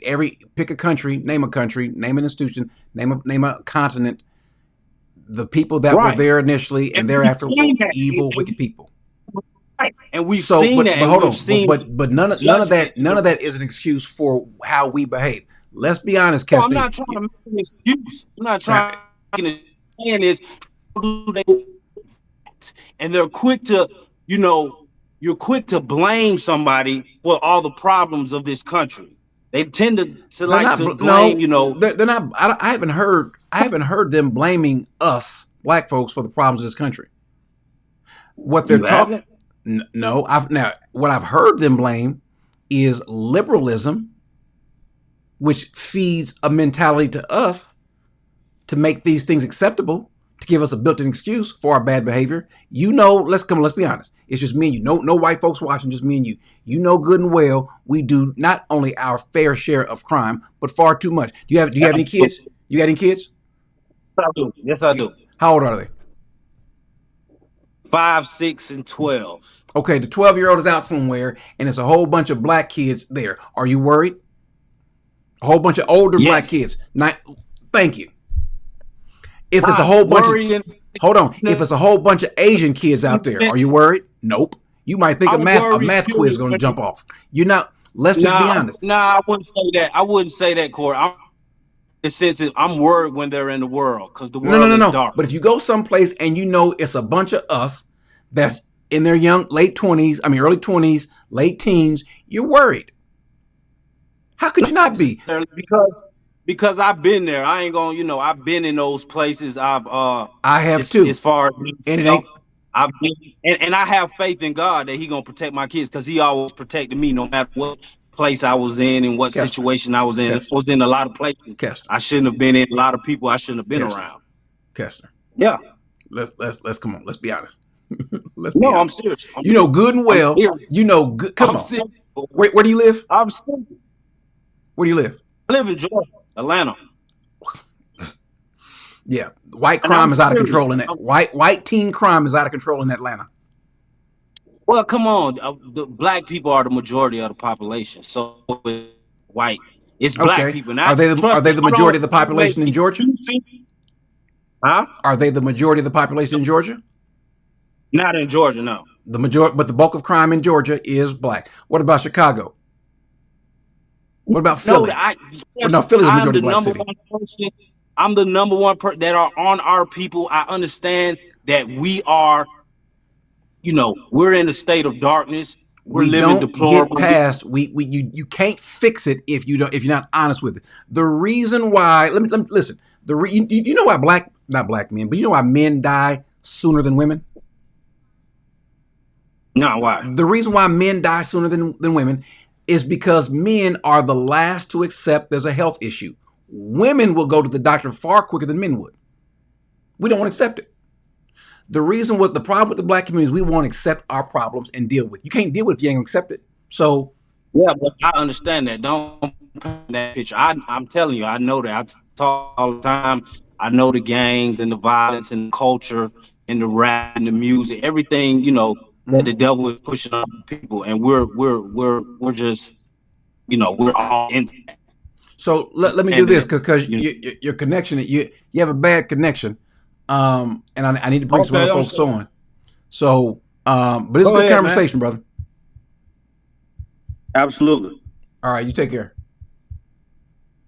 All right, let me bring on Roy. Roy has been chomping at the bit to get to me. You guys with this, yes, sir. Y'all gonna have to get some better internet connection. All right, what you got for me? Right. So, can you hear me good, Corey? I can. I need a little bit more volume. Okay, hold on. Can you hear me better? Your volume is still low, though. It's still low. It's still low. It's still low. That's okay. That's okay. Make sure you talk loud though. Talk loud. Okay, cool. So my biggest issue is the fact of the energy that you keep or you don't give to other people. Wow. And I'll be honest with you. Wow. Hold on. Hold on. And I'm gonna give you time, Roy. I'm gonna give you time. Okay. How does that sound? Let me ask you a question, Roy. No. I'm gonna give you time. I'm gonna give you time because I hear this all the time. I hear this over and over again. The amount of time, the energy. Let me ask you a question. You got any kids, Roy? Let's go and knock this out the park right now. You got any kids? Absolutely. How much energy you spend on taking care of them versus your neighbor's kids? That is false equivalency. That's a false equivalency, Corey. So because I have a greater concern, for black folks, and I'm going to be real and honest with them and passionate, that's wrong? That's a false equivalency? No, I'm not. No. If you love somebody, how much passion should you have? But you should have a certain level of empathy and sympathy for your own people when you where we have been and the things, or maybe you don't know in society where our people have been. And so for you, so my thing is this: I'm not saying that Charlie Kirk is a race, is saved or not. He has confessed our Lord and Savior with his mouth, but his words and out of the abundance of his heart. What words? He talks about our What people. words? What words? You've read them. You've read them. What was wrong with him? I'm gonna tell you what's wrong with him. Okay. The whole reason for DEI is because the weighted scales that was put against our people, like we were incompetent, we wasn't educated enough or skilled enough to have positions of leadership and major roles. You've never got onto a plane or a train or anywhere, Corey, and questioned the validity of a person driving, flying a plane if they was white. Nobody's ever said that. And when I say the different energy that you don't give, the energy is this: I've watched pastors you don't like. Now, could it be that their perspective and perception of scripture is not what yours is? But I see you heresy hunt all the time. But when it comes to Charlie Kirk's words that came out of his mouth, you defend them and say you agree with. To me, that is so hypocritical. Okay, first of all, Charlie Kirk is... Hold on. Okay. Oh, hold on. One last point. Like, I don't think you like Creflo Dollar. Right? Mm-hmm. But true Christian wisdom says this: we got to be able to eat the meat, spit out the bones. Who told you that? I didn't like him. This is an example. Huh? Who told you to eat the meat and spit out the bones? Life will tell you that. Okay. Bible don't. But go ahead. So in the Bible, get something wrong in one area, but still feed you and help you in another area? So you show me in the words of people that held Saul and Paul. Even the disciples were wrong for holding him to how Paul used to be. And if he changed, and now he's in a position of God. Okay. His whole life changed. So you hold a person. Let me ask you a question, Roy. Let me ask you a question. Yeah. In order to be a doctor or a lawyer or a pilot, some of these positions, an engineer, you need academic training, right? Correct. All right. Let me ask you a question. Do blacks tend to achieve at the same level academically as our other counterparts, white, Hispanic, or Asian? That's a weighted question, Corey. How's it weighted? Because I'm going to tell you, because they have so many other opportunities and ways to get into these higher ends that we don't. Like what? That we not give. Come on, Corey. In life, period. When it comes to, you just saw Trump and his government take away grants, loans that for people that are affected in inner cities and black people benefit from. Well, hold on. Wait a second. I But Roy, my question is, do we achieve academically at the same level as other races in school? Well, I don't know the stats of that because the schools that I went to were predominantly black. So I'm gonna say yeah. Okay. Black kids that go to mixed schools, white schools where there's whites and Hispanics. Where do we rank it? Do we achieve academically at the same level? Or academically at the same level in colleges? Let's say I went to Texas Tech, or someone went to Iowa or Ohio State. Do we achieve academically at the same level? I'm gonna tell you why that's also a false equivalency. I'm gonna tell you why. Why? Because they will clap to our athletes coming to their university billions of dollars. They don't care about their academics. They care about just enough grades to keep you on the field so this university can make enough.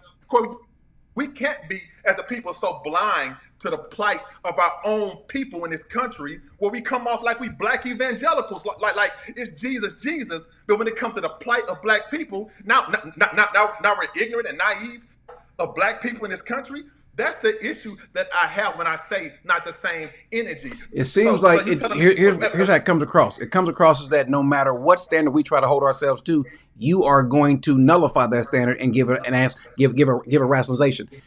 When you go to school, when I went to Texas Tech, or when someone goes to USC, or someone goes to Florida State, or Ohio State, or Toledo, or Louis, whatever college you go to, if you go to University of Phoenix, you have the exact same opportunity. You got the same textbook. You got the same curriculum. Why aren't we achieving? Why aren't we doing the same thing in our high schools or in our junior highs? I'll tell you one big reason why. That has nothing to do with white people. It has everything to do with our family structure. If you want to cry racism, why don't you cry racism towards the folks that have actually systematically gone against the black family structure? Why don't you do that? But the reason why we've got, by the way, let me ask you a question. I got to bowl down your alley and get your business. How many kids you have? 3. Are by the same woman? Yes. Okay, cool. So you're not, in this case, not part of the problem. How old are your kids? 21, 15, and 13. How are they doing? How'd they do? They're doing pretty good. And my oldest daughter, she goes to college in Los Angeles. She's doing great. My middle daughter, she's great in volleyball in high school. And my son is doing excellent in school, too, by the grace of God. Thank you for proving my point. When daddy's there. Yeah. When daddy is there. See, but Corey, that's the problem. No, hold on. Wait a second. That's the problem. Because nobody has ever made a black man go and to impregnate a woman and then turn around and leave her. You can say what you want to say, brother. At some point in time, if you're going to say that we don't have responsibility, then we are the worst of the worst. We are dumb, ignorant, stupid people if we can't control ourselves. I don't buy that, though. No. I am an advocate for strong families and youth and young adults. I am one of the biggest critics of young men who don't hold themselves accountable themselves in a way that is not conducive to healthy families. But I also understand the flip side when it comes to systemically how people have been, how we've been treated in this country, and for the government to even give a stipulation for women, if you don't have a man in a house, we'll give you more money. Corey, we can't. Well, wait a second. If you believe that, then you are right along. You were in line with Charlie Kirk then. No. Well, hold on. Hold on. He can't speak to the plight from his perspective and his heart when I'm speaking from my people. He's speaking from, he don't have no experience with what he's talking about. You got to have experience to know the truth? Well, hold on. The truth is relative here because his truth. How about my experience? How about my experience? Well, put it like this. Clearly, even as black men, we have different perspectives. Okay, and thank you. So how come if another person who's white has the same perspective as another black man, why the white man got to be racist, got a bad heart? Listen, hold on. I will put my black experience against anyone else's. I never called him a racist. Hold on, wait a second. But you talked about his heart, and he's saying the same thing I'm saying. My heart wrong? Out of the abundance of, well, no, yes. How? You have a heart that is wrong because okay, I'm not saying your heart is wrong, but the communication that you are saying sings a lack of sympathy and empathy for our people in the community and the plight that we have went through in society. And I haven't saw you give that same energy when it comes to even just some pastors. And brother, let me say this: we don't get anywhere if all we do is worry about, well, you didn't do the same thing to anyone else. What about them? Let me tell you something. We are our own worst enemy. If we were better when it came to taking care of our families, I agree. 72% of us are born out of wedlock. I agree. We are disproportionately committing crimes. We are disproportionately. We're not. What are you shaking your head for? We're not. We are disproportionately hold on. dropping out of school. I'm shaking my head because you talk about us, but you don't talk about the dominant percentage of mass shooters are done by another race. No, it's not. No, it's not. No, it's yes, not. it is. Or 100%. Most mass shooters in America are black. No, that is not the truth. That is Okay. not the truth. Okay. So so every week we're going to see mass shootings. Every week. Now it's not reported as mass shooting. But when you go and you shoot up the block, Roy, when you go and shoot up the block, that's what's a mass shooting? What's the definition of a mass shooting? No. A mass shooting is a person who goes into a public place and just opens fire on random people. That's the block. That's Chicago. That's Atlanta. No. Corp, no. The block is a lot of these block shootings and killings from those young men. Those aren't mass shootings. Hold on. Or shooting at somebody, cut people. I'm talking about mass shootings, not shootings. Mass. Shootings. So it's a mass shooting if you don't know the people, but it's not mass shooting if you shoot a bunch of people that you know or you just miss them. That's not a mass shooting. If that's the case, that's just shooting across the board. I said mass shootings. But here we go again. You're moving the goalpost to defend another race, and you won't even admit that. The stats show that. You won't even admit that. So in your word, I think you just told me that those mass shootings don't count. No, I didn't say they don't count as mass shootings. They're shootings. What is the definition of a mass shooting? What is the definition of a mass shooting? You 5 mass shootings that you have saw. That were a certain race. You tell me about Columbine. You tell me about these college campus shootings. You tell me about the movie theater in. You tell me 5 mass shooters off the top of your head right now. That's black. Pookie, Ray, T-Bone, John, and Lil Earl. And that's sensitive because these men have names. They have, and they deserve they're not the same reported. grace of God too. They're not reported. They're not report. We don't see them on CNN or ABC or NBC as mass shootings, but they fit the definition of mass shooting.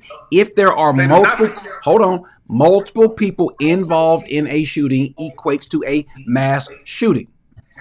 No, Corey, and this has proved my point more.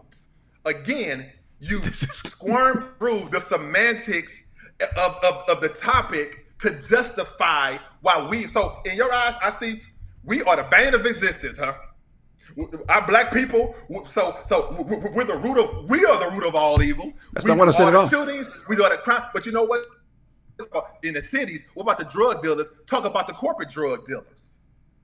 Talk about the governmental drug dealers who do governmental legal drug dealers? prescription drugs. What governmental drug dealers? I don't think you know what you're talking about, Roy. You'll talk about big pharma? They ain't drug dealers? Yeah, okay. But you laugh at it because I'm laughing at that. Hold on. How many drug dealers you know? I know a lot of drug dealers. You think you know more than me? I don't know. Nope, ain't even close. Listen, I lived with them for 13 years. Okay, and I lived with drug dealers before too. No. I'm locked up with them. No, I grew up with them. Okay. Listen, hold on, wait, listen. My point is that's my hood. And do you know what I never met?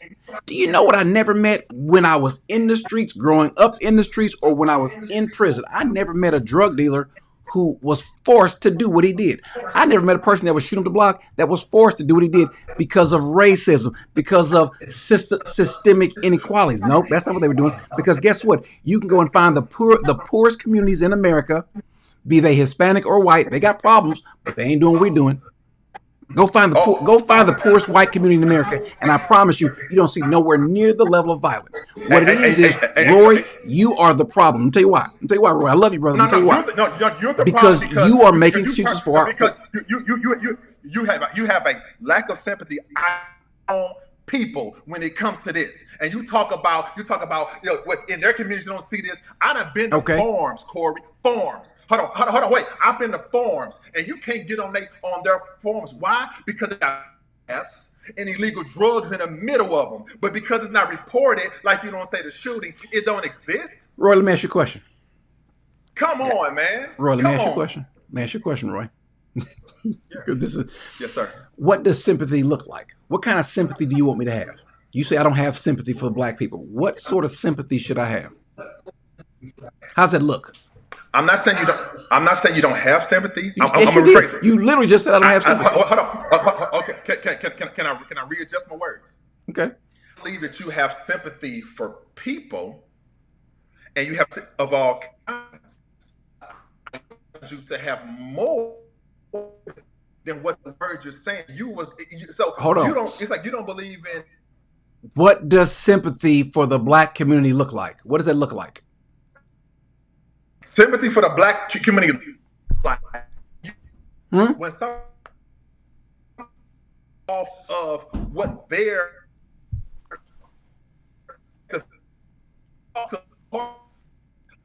Roy, your internet is bad. Hey, listen, do me a favor. I'll be back on Friday. Yes, sir. Yes, sir. Okay, because your internet is real bad. Yes, I mean, real bad. Yes, sir. So I'll look for you to come back on Friday. Okay, talk about whatever you want to on Friday. But now, it's real bad, brother. Yes, sir. It's real bad because I do want to. I want to engage this. Okay. More, right. Yes, sir. All right, yes, sir. I'm sorry about that. All right. Yeah. So my issue is going to be, tell me what should it look like before I go to my next folks. Let me also cover some of these others. Where am I? Jason Martin, thank you. You said, would Kirk have been in sin in terms of idolatry, elevating the Republican Party? I didn't see him as elevating the Republican Party. Here's what I think that's happening in America. That people are seeing the sign of the times and they're thinking that we are in a place where we are heading off a cliff. I think that liberalism has taken root, and I don't think that a person can be liberal and be saved, because liberalism is the antithesis of Christianity. Liberalism promotes things such as the alphabet community. You can't embrace that and God at the same time. Liberalism embraces abortion. There are certain things you just simply cannot embrace and still embrace Christ. I think that you got a lot of folks that probably spend too much time lifting up a political party, but remember, politics is his job. So he is a political pundit. He's a political animal who happens to be a Christian. So I'm okay with that. Now I don't like that political animals being brought in the church, liberal, Democrat, or Republican. So I don't think that he's guilty of idolatry, because I don't recall him ever stating that our salvation is found in the Republican Party. That makes sense? Let's see. Law, bro. Black people have the highest unwed abortion. These are the things that we can fix. The level of unwed children, or children born out of wedlock, we can fix that. The number of abortions, we can fix that. We can fix that. That's not a white issue. That's not a racism issue. That's an us issue. Those are the biggest problems. Our growth rate, we've been at 13%. I'm 52, be 53 in just a little bit. And we've been at 13% for the longest. Why? Because we have a stagnant growth rate. Those black pilots that we're looking for, those extra black physicians, those black engineers and nuclear physicists, heck, we've aborted them. That's the problem. Because we are always about making excuses or quick fixes. I'm pregnant. Well, got to get rid of it. That's what we do.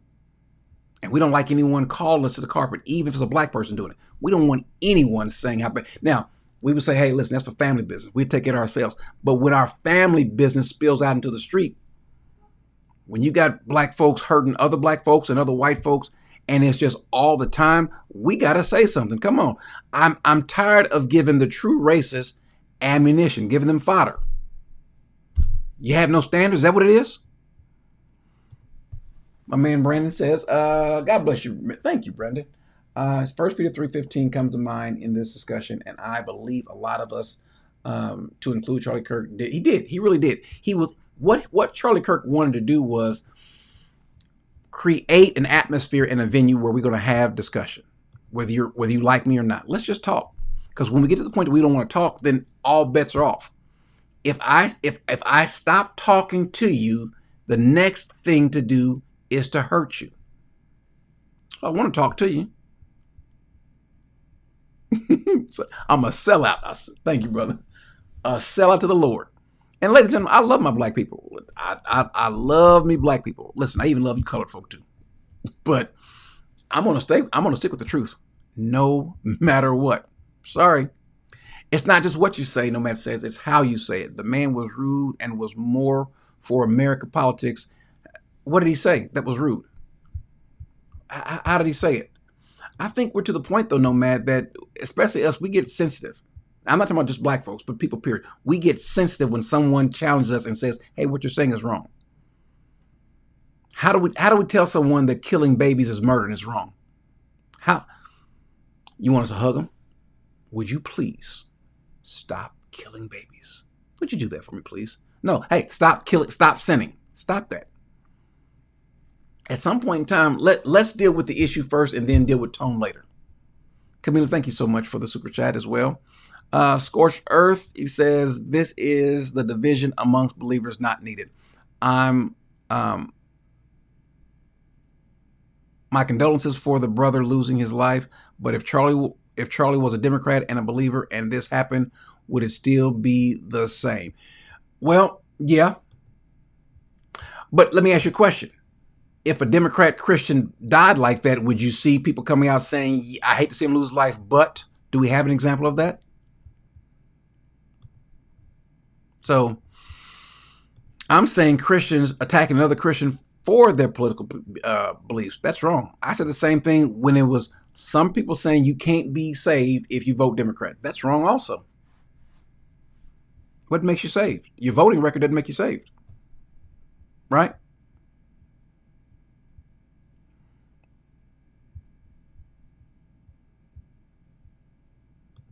I agree, Mark. I agree. You also said, thank you, by the way, for the super chat. He says, I know I'm more a Christian than I know I'm black, and I've been black my whole life, but I won't speak ill or others if they aren't. Those who are truly saved will stand before the Lord, stand before Christ. Amen. I'm coming to you guys waiting for me. I'm not sure if I'm saying it right. And then Anthony. And then I need to move quickly, though. I'm not sure. I think you are Jonathan. I think that's who you are. And Christina, give me a second, though. I need to go through these super chats, though. Lynn Roy, their God is the God of blackness. Listen, if your first line of defense is black folks or what the white man didn't do, or you didn't attack the white man the same way, then you don't really have an argument. You're bothered that it's you. My father told me, and I used to use that argument. He said, Corey, don't ever come home and tell me the white man this. Don't ever tell me the white man this.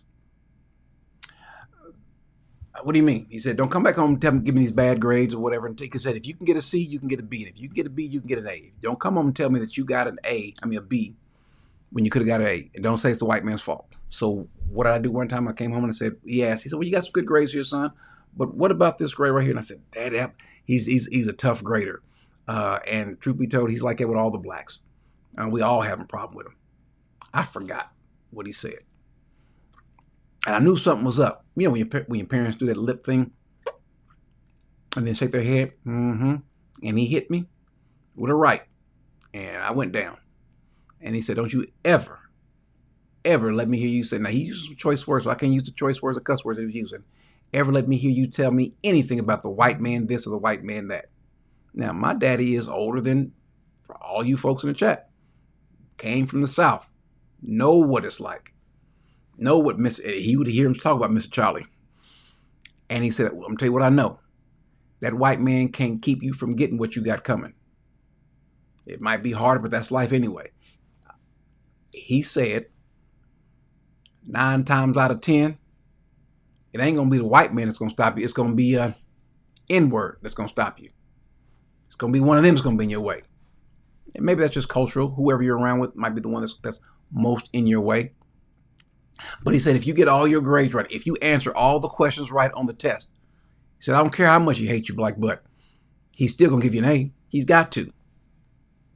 He's got to. I've never not gotten an A when I earned an A. Never. You haven't either.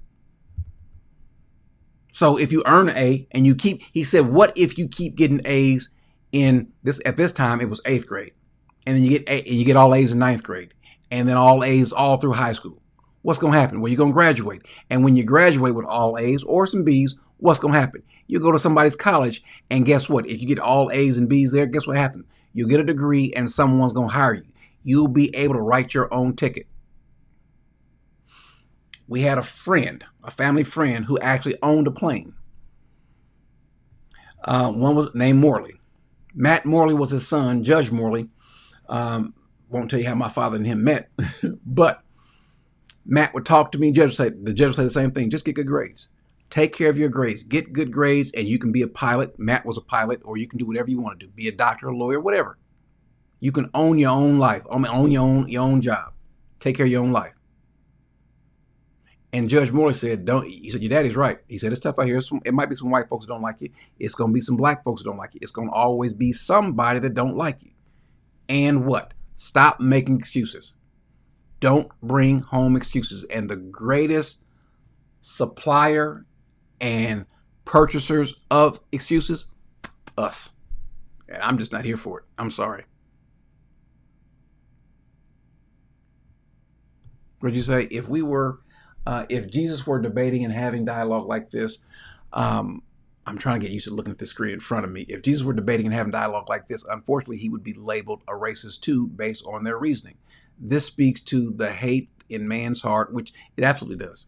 It absolutely does. And as Paul says, am I your enemy because I tell you the truth? It's just, you can't tell people the truth nowadays if it offends them. Michael Porter, thank you for the super chat. Michael Johnson, thank you again as well. PRN, Tiffany Montgomery promotes the gospel as well as does Marcus and Abednego. Let's not pretend professing in public isn't the standard. What Tiffany does is offer up false prophecies. There's never one time in the Bible where, one, a false prophet is saved. Two, there's never one time in the Bible where a person calls themselves a prophet. A believer does. Never once. Now, you've got someone that calls himself a prophet, but it's not a prophet, and they're false prophets. So there are biblical reasons to say, I have to doubt this person's salvation. Don't mean they can't be saved. What they do with the Trinity, that's an issue. Abednego, again, I've never said he's not saved. I think he is ignorant of the scriptures, without question. So I don't know, I'm not going to avoid that, whether they're black or white. Amen.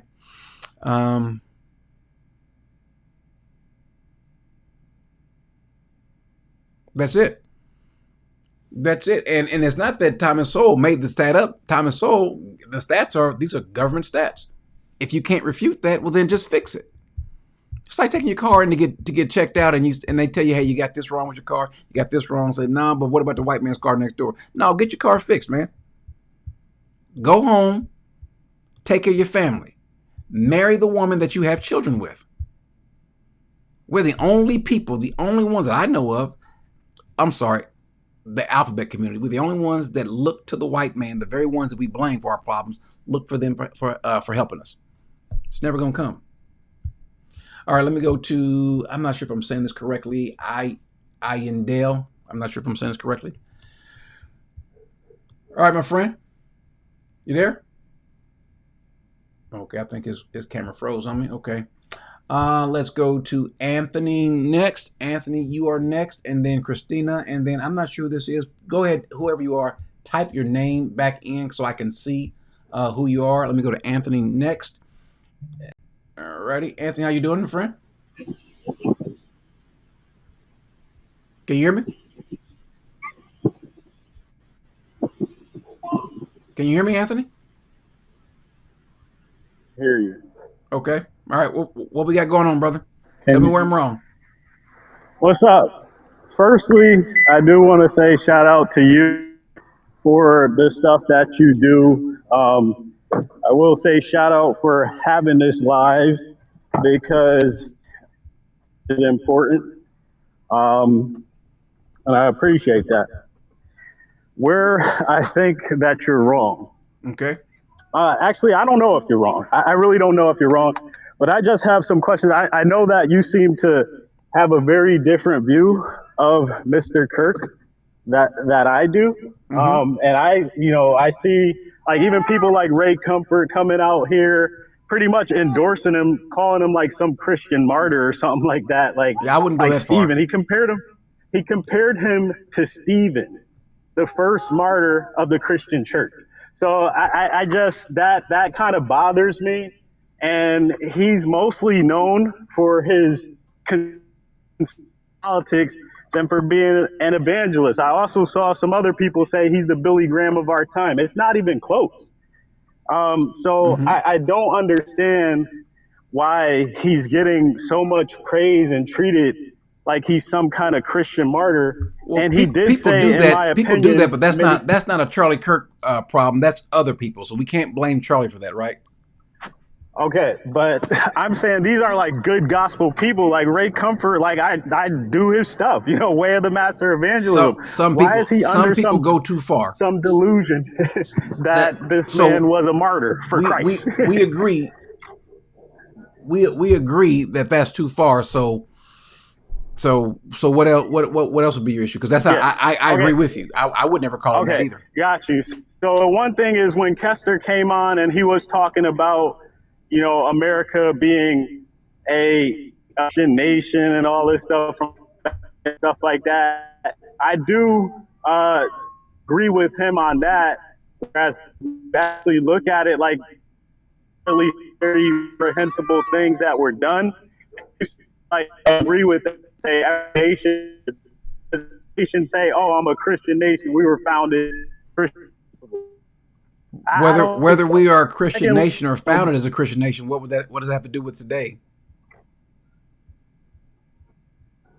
Basically, because most conservatives try to like whitewash American history with, Christian principles that like overrule all the evil that was done at the founding of the nation. But what does that? I could probably state some points where I might disagree, but let's say I don't. Again, what does that have to do with our current climate? Basically, it's the fact that, again, it's a point because I'm not a conservative politically. I'm not a Republican, definitely. I lean Democrat and mostly vote that way. But I'm definitely a believer in Jesus Christ. And what I see is a lot of hypocrisy on the right. And you're basically trying to, you minimize the truth of history and say, "Oh, we were founded. America's moving away from God." Well, so was America wait, hold on. Was America close to God when they were enslaving African Americans? Like, are you serious? Like, what are you talking about? Okay, but here's the point though. That has no bearing on what's happening now. Nobody commits crime or has children out of wedlock because of the founding of America. Nobody. We don't drop out of school because we don't do drugs. I'm not saying that. My beef is the fact that so many conservative Christians seem to try to.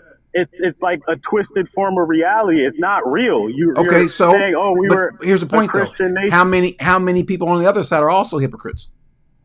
Okay, but they're not taking the name of God in vain. They're not co-opting Christianity and so when you go to a church and you've got, let's say, a Raphael Warnock who calls himself a Christian but also promotes abortion and the LGBTQ, So, is that not hypocrisy? I get that, but those people are small voices in the no, they're not. Democratic Party. But I do understand what you're saying. Hold on, stop.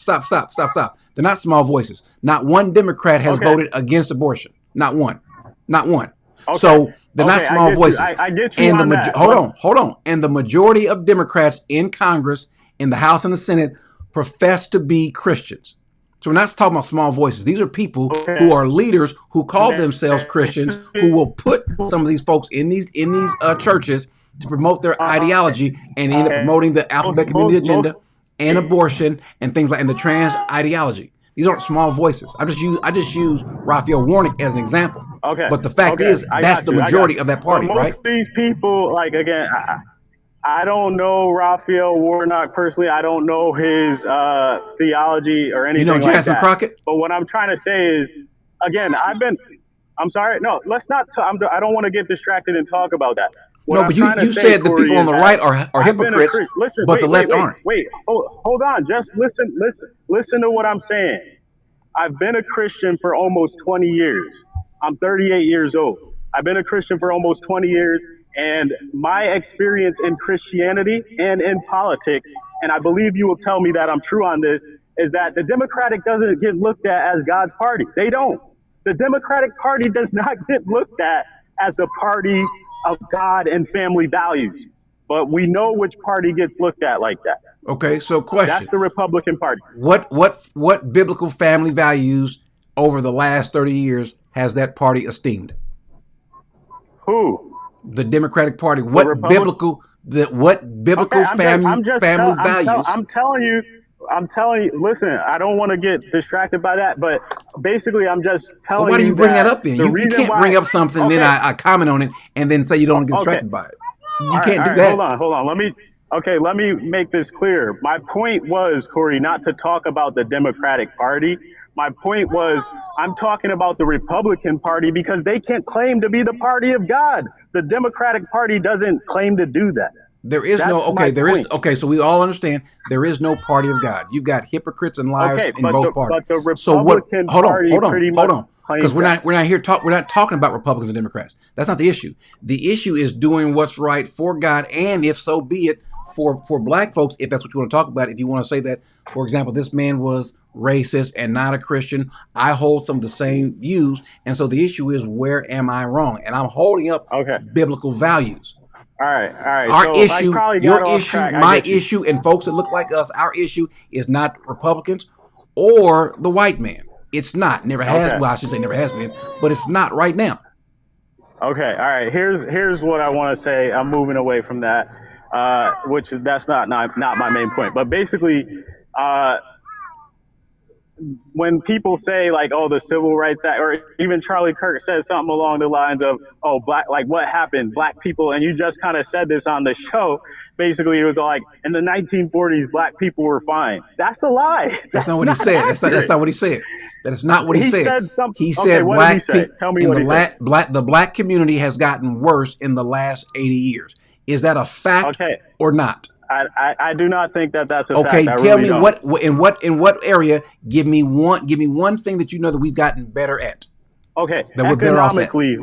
Economically, blacks are in a much better position. If you look at pre-civil rights in 1964, the black poverty rate was somewhere in the 50% range. Right now, it's way below that. Way below. From 1920 to 1940, the greatest economic increase in the history of mankind happened here in America by the black population. What happened after that? Why did it stop? Why did it slow down? Okay, I'm just telling you the fact of from the 60s.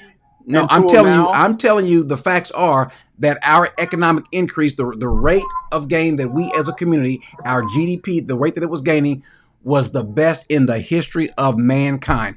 It came to a screeching halt in the mid to late 50s.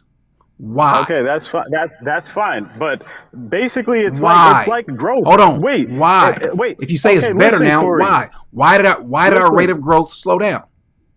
Okay, but you're not we're arguing two different things. No, we're not. Oranges. Charlie Kirk said, and I agree. Hold on. Listen to what I'm saying. Let me just say this. Charlie Kirk said, and I agree. Tell me where we're wrong. That the black community, where are we better off now? Tell me. I just told you. I could show you facts. And I just told you facts that economically our rate of growth has decreased. Okay, but on a whole, who cares about rate of growth when you're growing from 0? 0 to 1 is like 100%. Who cares? Okay, so then so fine. So if we're so economically sound now, what's the problem then? I'm just telling you. No, I'm telling you back. What's our problem? If our finances are the best ever, what's the problem then? We're in the best condition that we've been economically in this country. That doesn't mean we're perfect. But basically, let me finish what I'm saying, because I'm not trying to say that the black community has zero problems. I'm not trying to say that. What are you saying? But I'm trying to say, because you actually just said, tell me one way we have improved, and I just did economically. And I told you we haven't. I told you we haven't. Okay, well you're not accurate with that. Okay, let me ask you a question. Let me ask you a question. Hold on, stop for a second. Yeah. Stop for a second. I just want you to think for a second. The white community in America, have they also improved economically? I don't know. I haven't studied it, but I would think so. Okay, so the difference between our income from the 40s and the white income has done this, grown further and further apart, right?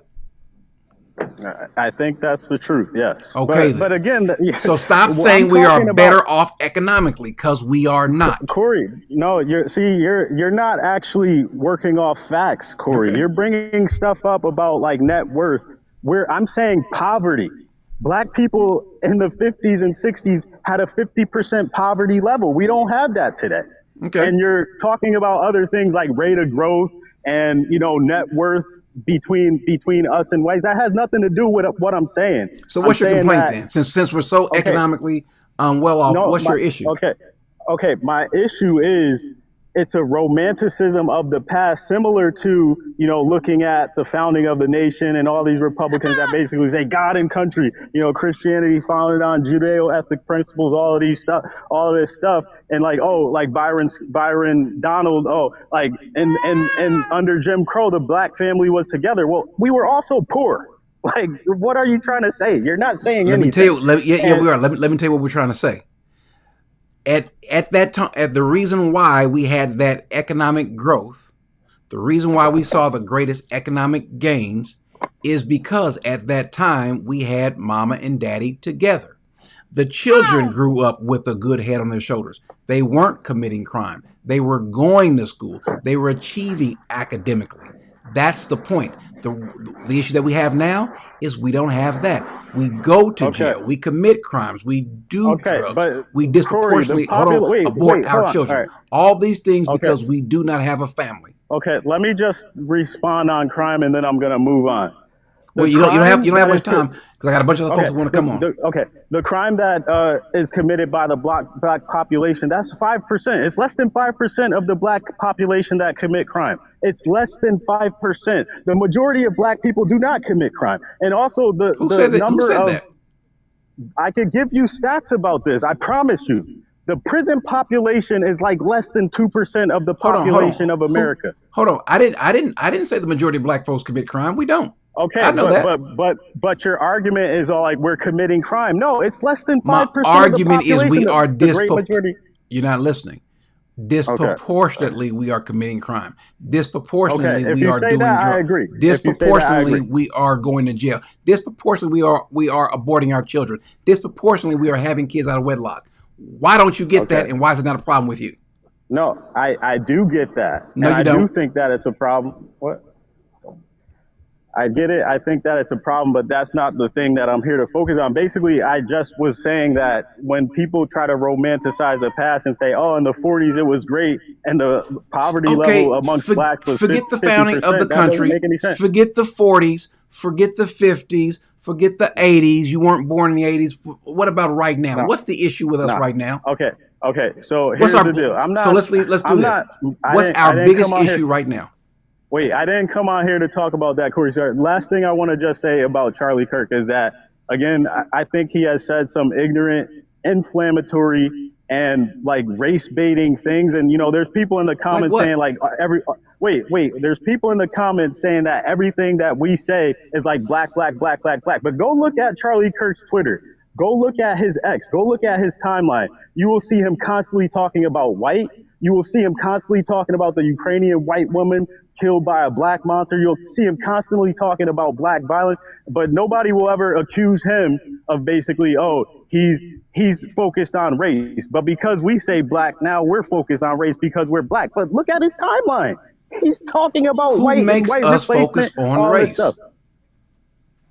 Who makes us focus on race? I don't know, but Charlie Kirk does. That's what my point. That's my point. So the last thing I will say, he also said something very ignorant about black pilots. He said that, again, it's ignorant, it's inflammatory, it's race baiting. He knows what he's doing. Why didn't he say, Corey, that white people have benefited more from DEI than black people. I didn't say they didn't. From I didn't say they didn't. I'm telling you, that's just the fact. The issue with the pilots is, hold on, stop. No. Listen, because I've given you a lot of time. I got a lot of folks who want to come on. Gotcha. We played it earlier. The issue with the pilots is, as he was saying, If United Airlines says that we want our next group of hires, the next group of people that we hire, we want to start hiring 50% of our new hires to be black or women. We want 50% of our new hires to be black or women. What if you don't have enough blacks or women who qualify? What do you have to do then if you want to meet that goal? You have got to bring down the standard. His point was, why would you even make that statement? Because now I've got to wonder, is this pilot qualified? Whereas Whereas before, I never would have had to think that. Everybody was saying the same thing. So therefore, if I'm going to hold myself accountable to that, I'm going to hire 50% of my new hires my pilots are going to be black or women. How many black pilots do you know? I don't know many. So if I'm going to probably know maybe a few, yeah. If I'm going to hire them, if that's going to be my goal, what must I do to meet that goal? I've got to pull down the standards. Wait, is that what they said though? Is that what United That's exactly Airlines what said? happens. That's exactly what happens. Did they say that? They don't say that. They tell you what their hiring goals are. I just wanted to know the facts. I don't know the facts. Wait a second. Once the new administration took place, why did everybody who had these DEI hiring policies abandon them? Because they didn't. They knew better. They knew better. You wouldn't do that. You're not. If you have a business, you're going to say, you know what? I want to hire half my workforce to be black or half to be women. You're going to say, I want my workforce to be 100% qualified. That's the goal. So listen, I got to let you go, brother. I just want you to defend Ketanji Brown Jackson and Michelle Obama. Why would I defend her? Women. Why would I defend them? Wait. I said defend Charlie. He basically said that they don't have the brain power capacity or processing power. You should have paid attention earlier. You should have paid attention earlier. But I got to let you go, brother. I got to let you go. Right. I'll address that. They said the reason why they got to where they were was because of affirmative action. Let me do this as well. Andre, I love you, brother, but you said I'm making things up. Tell me what I'm making up. Tell me what I'm making up. You said stop it. Tell me. The link is there. You are more than welcome to come on board, Andre. You are more than welcome. Because I want y'all to notice something. Thus far, they have not refuted anything other than feelings. You're not giving the same sort of energy. I don't care about giving somebody the same sort of energy. Tell me what I made up. Tell me the thing that I made that's factually incorrect. Tell me, Andre, or anyone else. All right, let me go ahead and bring on Christina. What happened? Okay.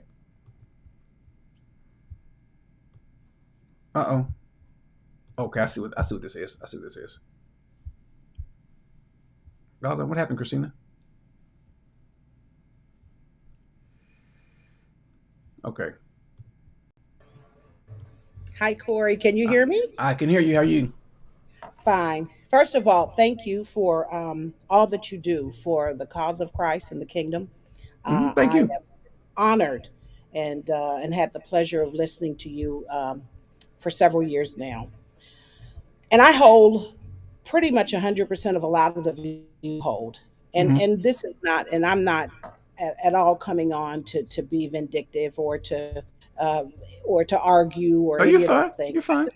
I just have a question for you and I think you helped me in your previous segment. You had, and I think part of this, Corey, is context.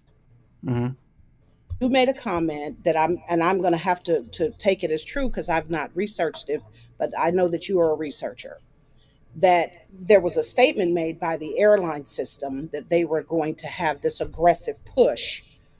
And what I hear you saying is that it appears that the comments that were made out of a fear that possibly they lowered the standard to get to the quota. Am I correct? Am I correct in hearing? Yeah. What had happened was, because this is, I don't know if people notice this, but like even in business environments, the overall environment has changed to where in the past, if you decide or if you state publicly, because why would you tell everyone publicly that you want to hire more blacks or you want to hire more women or you want to hire more trans or more LGBTQ people.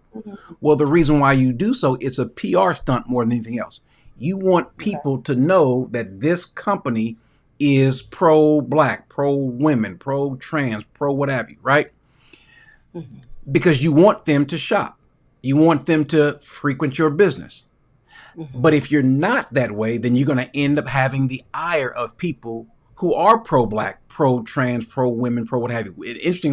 Interestingly enough, our wagon is always hitched up to the LGBTQ trans movement. I don't know why that is. But, so what have we seen? Like with Target. Target says, we're dumping DEI. Well, what do they get? They get protested. Well, they probably shouldn't have said anything in the first place. But there's a reason why they dumped. There's a reason why I shouldn't say all, but almost every, not all, but almost every company that instituted a DEI hiring practice no longer has that. Because no one would say, let me get this many blacks, this many whites, this many women, this many men, this many of this age. No, I don't. That's not what I want. I can't run a business that way. And so the reason why they did in the first place was because that was the time. Right. You've got, and so, but pulling away from that, why then would a business, why would let's say a Walmart or Target decide, or United Airlines, why would they say, you know what, we're pulling back on that policy? What would be a good reason for them to do so? Well, because we're not hitting, they weren't hitting those goals. Number one, you could not say, I want to have this many men or this many women or this many blacks. How do you make up that goal? Just like, because you run the risk of dumbing down your like the Army. The Army went to bring in more women. We want more women in the armed forces. Or police forces. We want more women on the police force. Do we? Or do we just want more police officers? Better police officers. If you bring in more women, and the Army has done so, police stations, police departments have done so, you have to bring down some of the requirements, such as the strength test, the endurance test. Women aren't required to run as far or as fast or lift as much as the men. Well, in a business that requires strength and endurance, what do you want? I don't want the woman. I love women, but if a fireman comes to my house to put out the fire, I do want a man, all things being equal. If a police officer, again, who enforces who keeps America America? This is going to sound kind of misogynistic, but hear me out, and I'll give it to you in a second. Men. The reason why America is America even now is because of men. Why? Because you need a group of people to enforce the laws. Absolutely. If this killer is out and we're going to bring him in, who's bringing him in? Men. If there's a war to be fought, if there's something to be built, if there's bridges to be built, it requires men. You need men to build it up, and you need men to enforce it. You might have some women that are managing, and you might have sprinkled throughout some women who are involved, but these jobs require, men are just stronger. They're just bigger. It's not anybody's fault. Blame God. And so what's happened is, if we decide we want to now have women or someone else who's less qualified in it just for the sake of diversity, that's not a good thing. Why not do things to spur on or incentivize blacks or women or whoever else to become or get to that level? I refuse to believe that black people cannot achieve academically at the same level of anyone else. We know they can because blacks from the Caribbean do. Blacks from Africa who come over here, they do. It's the only blacks that are suffering from this are the blacks that have been born and raised and reared here in America. We're the only one that had that mentality. But that's why blacks from Africa look down on us. You guys are lazy. You guys are this, you guys are that. Nigerians tend to make, in some cases, more than whites. Why is that? They're just as black, if not blacker, with a cultural barrier. Or how about folks from the Middle East? What's the issue? They have their mindset that's different than us, because we're the only group of people that will call ourselves, y'all forgive me, I'm sorry, but we are bitches, hoes, and niggas all day long, and let's make money off of that. We're the only group of people that would degrade ourselves to make money off of that, but let someone else call us that. Who does that? Asians don't. Whites will do it, talking, rapping our lyrics. We're the only ones, and so is there no wonder why we are in the position we are in? But if you bring it up, you're racist, your Uncle Tom, your bootlegger. Okay, we don't do that here in my house, and so we got folks that are achieving here.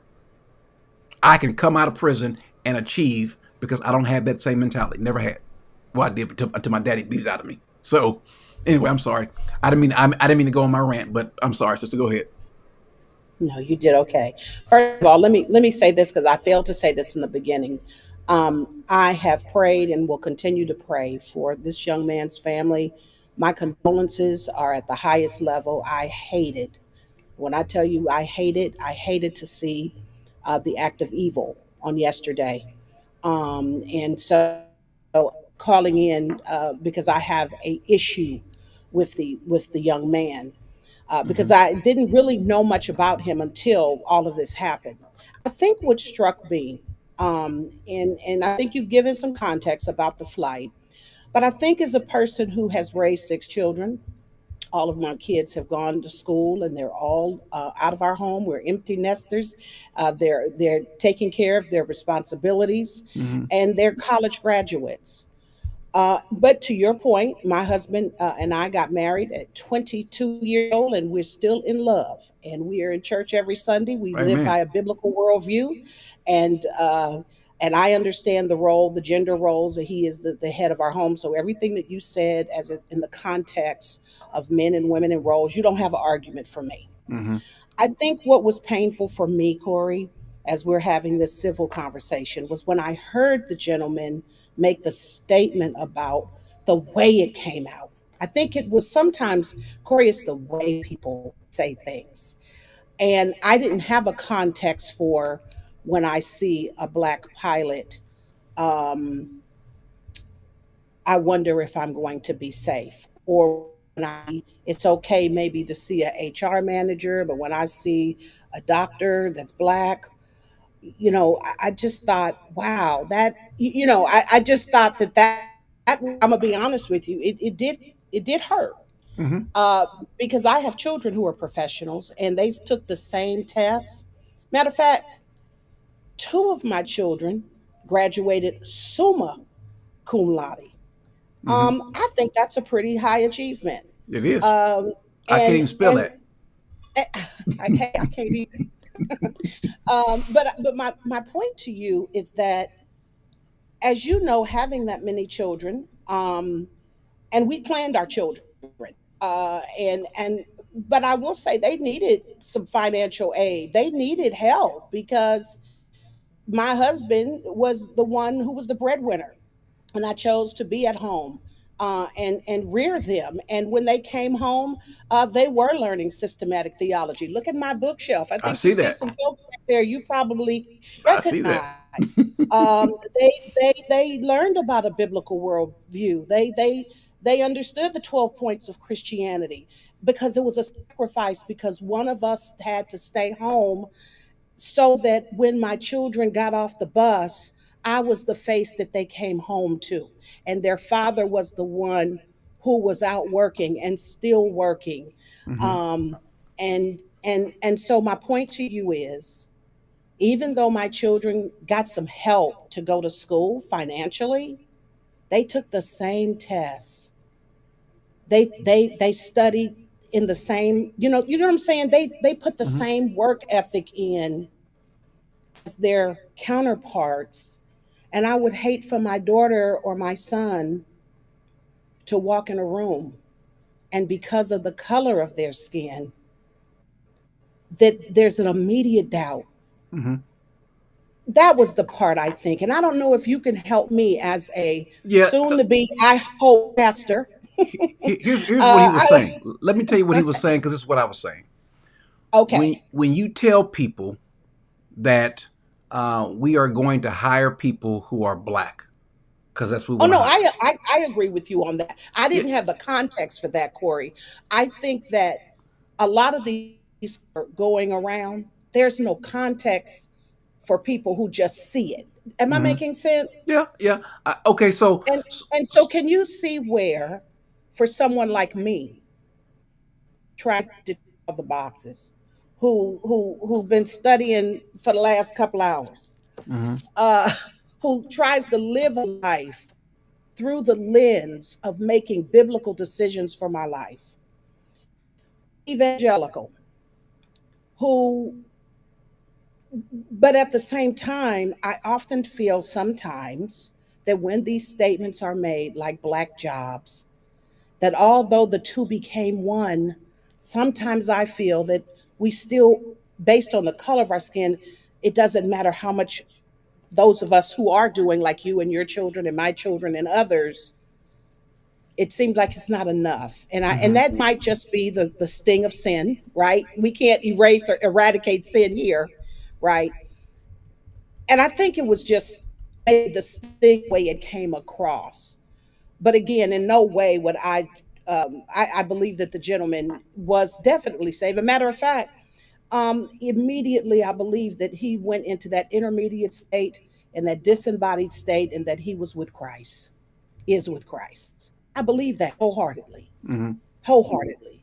But does that mean that as a Christian, words don't hurt the way they come across? And maybe can we at least agree They that when could. people have things out of context, meaning Okay, so have that whole story like you eloquently put it, right? let me put it this way. Let me put it this way. I think we are at a point, and by the way, I'm sorry if I asked this question. Oh, you're not supposed to ask this question, but you mind if I ask how old you are? Sure, I'm 58. Okay. So we're close to the same age then. Okay, you're a few years older than me. So we grew up at a time where names and the tone that people used didn't really bother us, because we knew it was serious about what we needed to do for our people. Because when you and I were born, we were born at the end of the civil rights movement, right? So we heard all sorts of language, but the people that were toughest on us was us. We grew up being told you got to be twice as smart or twice as this as everyone else, and it wasn't used as a put down against them. It was okay to encourage you to do the right thing. And so when someone comes back and tells me or us that you need us to help you, by the way, who's the you who's the us that we want to help? Ask us. These very same white folks that we say that are racist or this or that, we want you to help us to get. To me, that's insulting. It's always been insulting. Yeah, you don't listen. You don't have an argument. When I tell you I'm on your side, I'm on your side. You don't have an argument.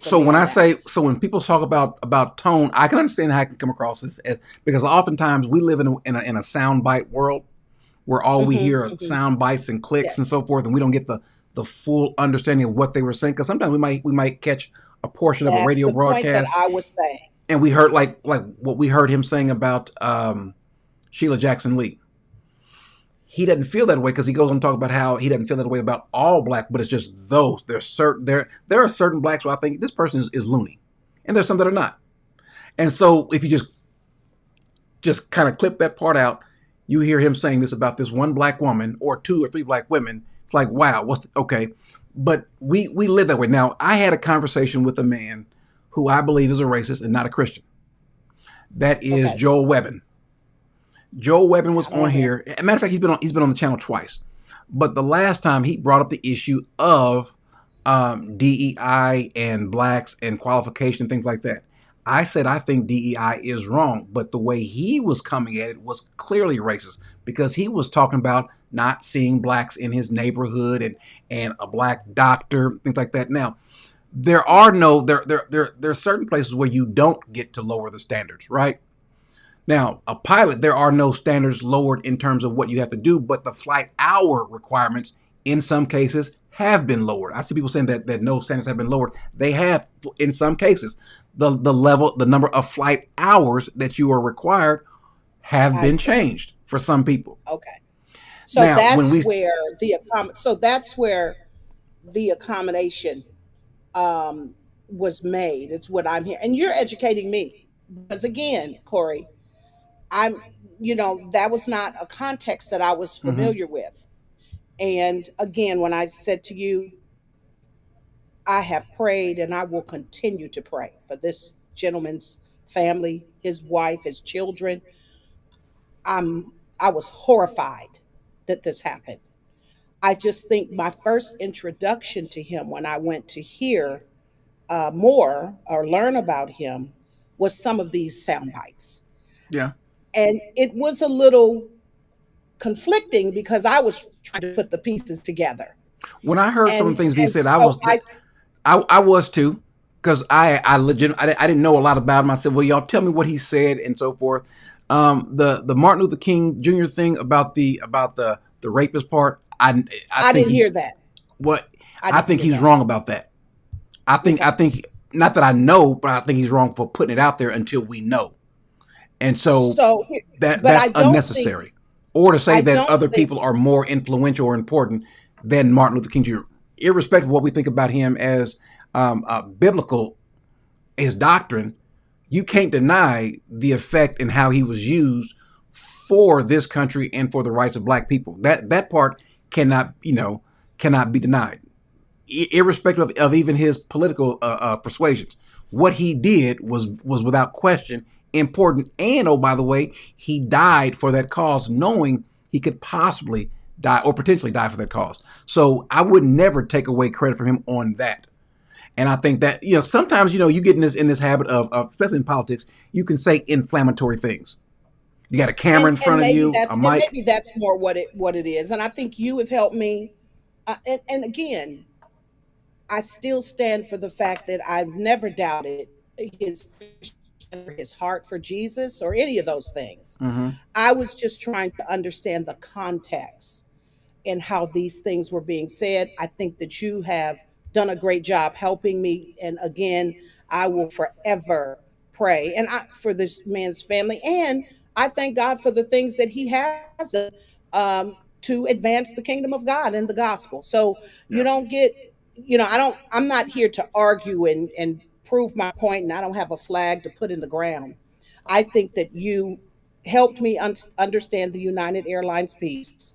I also appreciate the fact that you said, and maybe that's what I needed to hear, hey, I didn't agree with everything, but just because we don't agree with a person doesn't mean that the person is Christian. That's the issue. That's my big issue.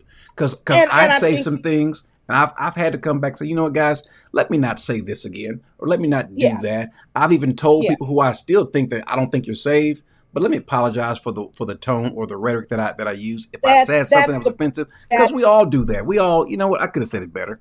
Especially being married, you're gonna say something wrong anyway. That's what I was. You nailed it, Corey. That's that. And I'm hoping that the people who are listening to this dialogue can see that two people can have a conversation about the same thing. Come in, one not as knowledgeable about the situation as another, but be open to hear more. Mm-hmm. And I think that you submitted to the conversation as well and gave more of a context. So I want to thank you for that. I want to thank you too. So I got to let you go. I got to bring on some more folks, but I want to thank you too. Again, you and your husband are the example of not just how black lives should be, but just how Christian lives should be. Yeah. Amen. Thank you so much. Thank you, sis. I appreciate you. God bless you. Have a beautiful day. You too. Listen, someone said something, Corey, that all my apologies have been sarcastic. No, when I say I'm sorry for if I said something that I told someone, I said that I called someone stupid, called someone dumb. I turn around and apologize for that. Now they don't seem to play that part, but you know what? Listen, if my words, my tone has been offensive, I'm not trying to say what I say to be offensive. I really am not. I really am not. Just like I'm not always trying to argue with you. Okay, fine. You disagree. Fine. There's 300 or 400. Literally, I'm not just exaggerating. 300 or 400 videos that I know of about me. I'm not going back and forth with those people. Okay, fine. You know, I don't block people a lot even on Facebook. Okay, I've seen people, Facebook friends, say mean things about me. All right, no problem. Okay, we disagree, no problem. Because I learned. It took me a while to learn. But I'm okay with you not agreeing with me, and I'm okay with not agreeing with you. And guess what? It's not up to me to change your opinion.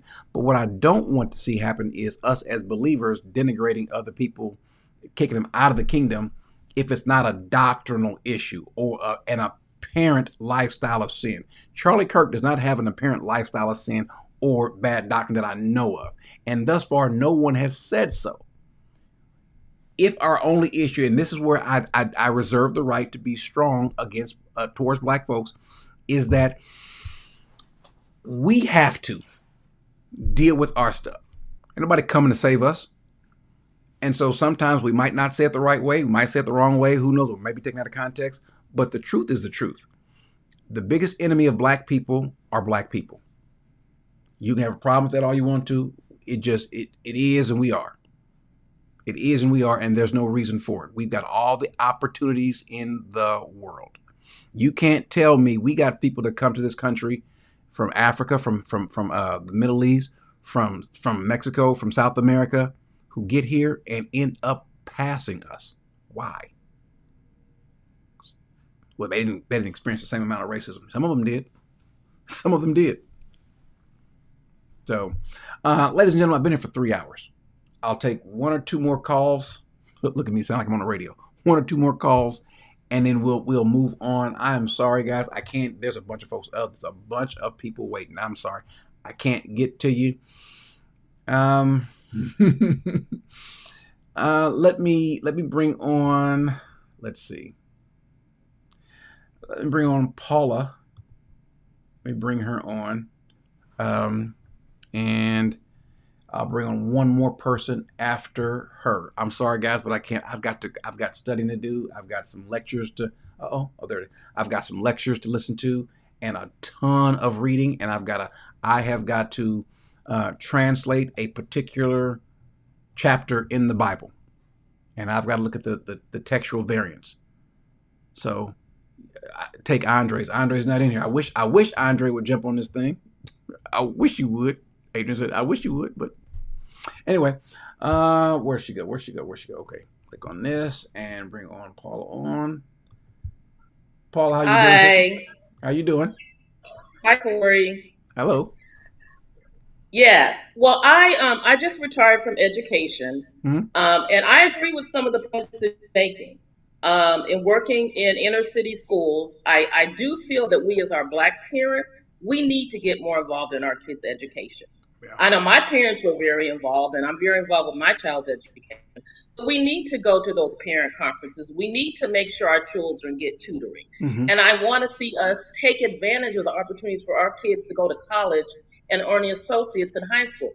In the school district that I worked in, there were not enough Black kids, I felt, in those type of programs to get that, those technical skills, education. So I do feel that we as parents and as a culture, we need to stress education more, and we need to do our part. So I know I'm going to place some of the blame on us, but at the same time, we can't say that racism is not a factor. It is, and I'll give you a point. Okay. I had a friend. She worked in HR at a major utility company, and she's very highly educated. She said she had to push to even consider black candidates. A lot of times they didn't want to even give them a chance. And because she pushed a lot of the times, that's how those Black candidates got interviews. Mm-hmm. And she said once they got the interview, they were equally as qualified as anybody else. Mm-hmm. Once they got those interviews, most of the times they got those positions and they did well. So to say that it's all us, no us. And in fact, this same friend had to leave this particular company. She was doing very well. She got all the certifications. She had a master's. She did everything. She got the accolades from the company. They still would not promote her. So she had to move to another company. And with that other company, she got a management position. So I'm the type of person that if I face discrimination, I don't let it stop me. I'm going around it. I'm going to find my opportunities. Yeah. Some Black people, and these are some friends that I have, I've noticed, they seem to get very discouraged. It's like they don't have and I don't know where it comes from. It's like they don't have the self-confidence to just keep pushing. It's kind of like, well, they won't hire me and, different things that I don't think that way. And maybe it's the way I was brought up. But they just don't seem to have that push. So, okay, let me say this. I can't. Let me say this. I don't want people to think that there's no racism out there. or there is no unfair situations that some blacks go into, and that when black folks enter certain roles that we're not qualified. I think that we are just as qualified, or can be just as qualified. I don't want anyone to put that doubt in anyone's head that, hey, he's here because of affirmative action. You know, he ain't really like us, right? I do know this. Sometimes the stereotypes about us got here from someplace. If it's an African, they don't seem to have that same stereotype, right? If it's someone who's Chinese or Japanese, or someone who's from Pakistan, we don't have that same stigma is not there with us. I'm not saying that they're any better or anything like that or whatever. But what I'm saying is we are, one, responsible for what we do, and we're also responsible for how we're viewed. I don't like the way my wife's a teacher. My son's a teacher. And so we've got a lot of teachers in the family. And I hate seeing the kids, how they look, how they carry themselves, the parents, because oftentimes the parents look and carry themselves a certain way also. Because, I hear this all the time with my wife and them speaking. One of the biggest issues that you have, obviously, you got to deal with administration. And the kids can be something else, but doggone it, the parents kind of instill this attitude with these kids. And so that can be a problem. And I'm thankful that we've got, because I think we need more willing black teachers, so that black kids can see black teachers educating them, and they know it's okay, it's good, it's okay to be smart, and nothing wrong. Matter of fact, that's our logo: be smart. And there's nothing wrong with being smart. There's no stigma. There should be no stigmatism attached to that. We should want to be nerds. We should want to get all A's. We should want to achieve. We should want to be on the National Honor Society and things like that, and be summa cum laude and magna cum laude, whatever cum laude they got. We should want that. We should push that. We should expect that. We should take away the Game Boys and the PlayStations and so forth and whatever. Do this first. Earn that second. We should want to do that. We should want to foster an environment where we don't take excuses.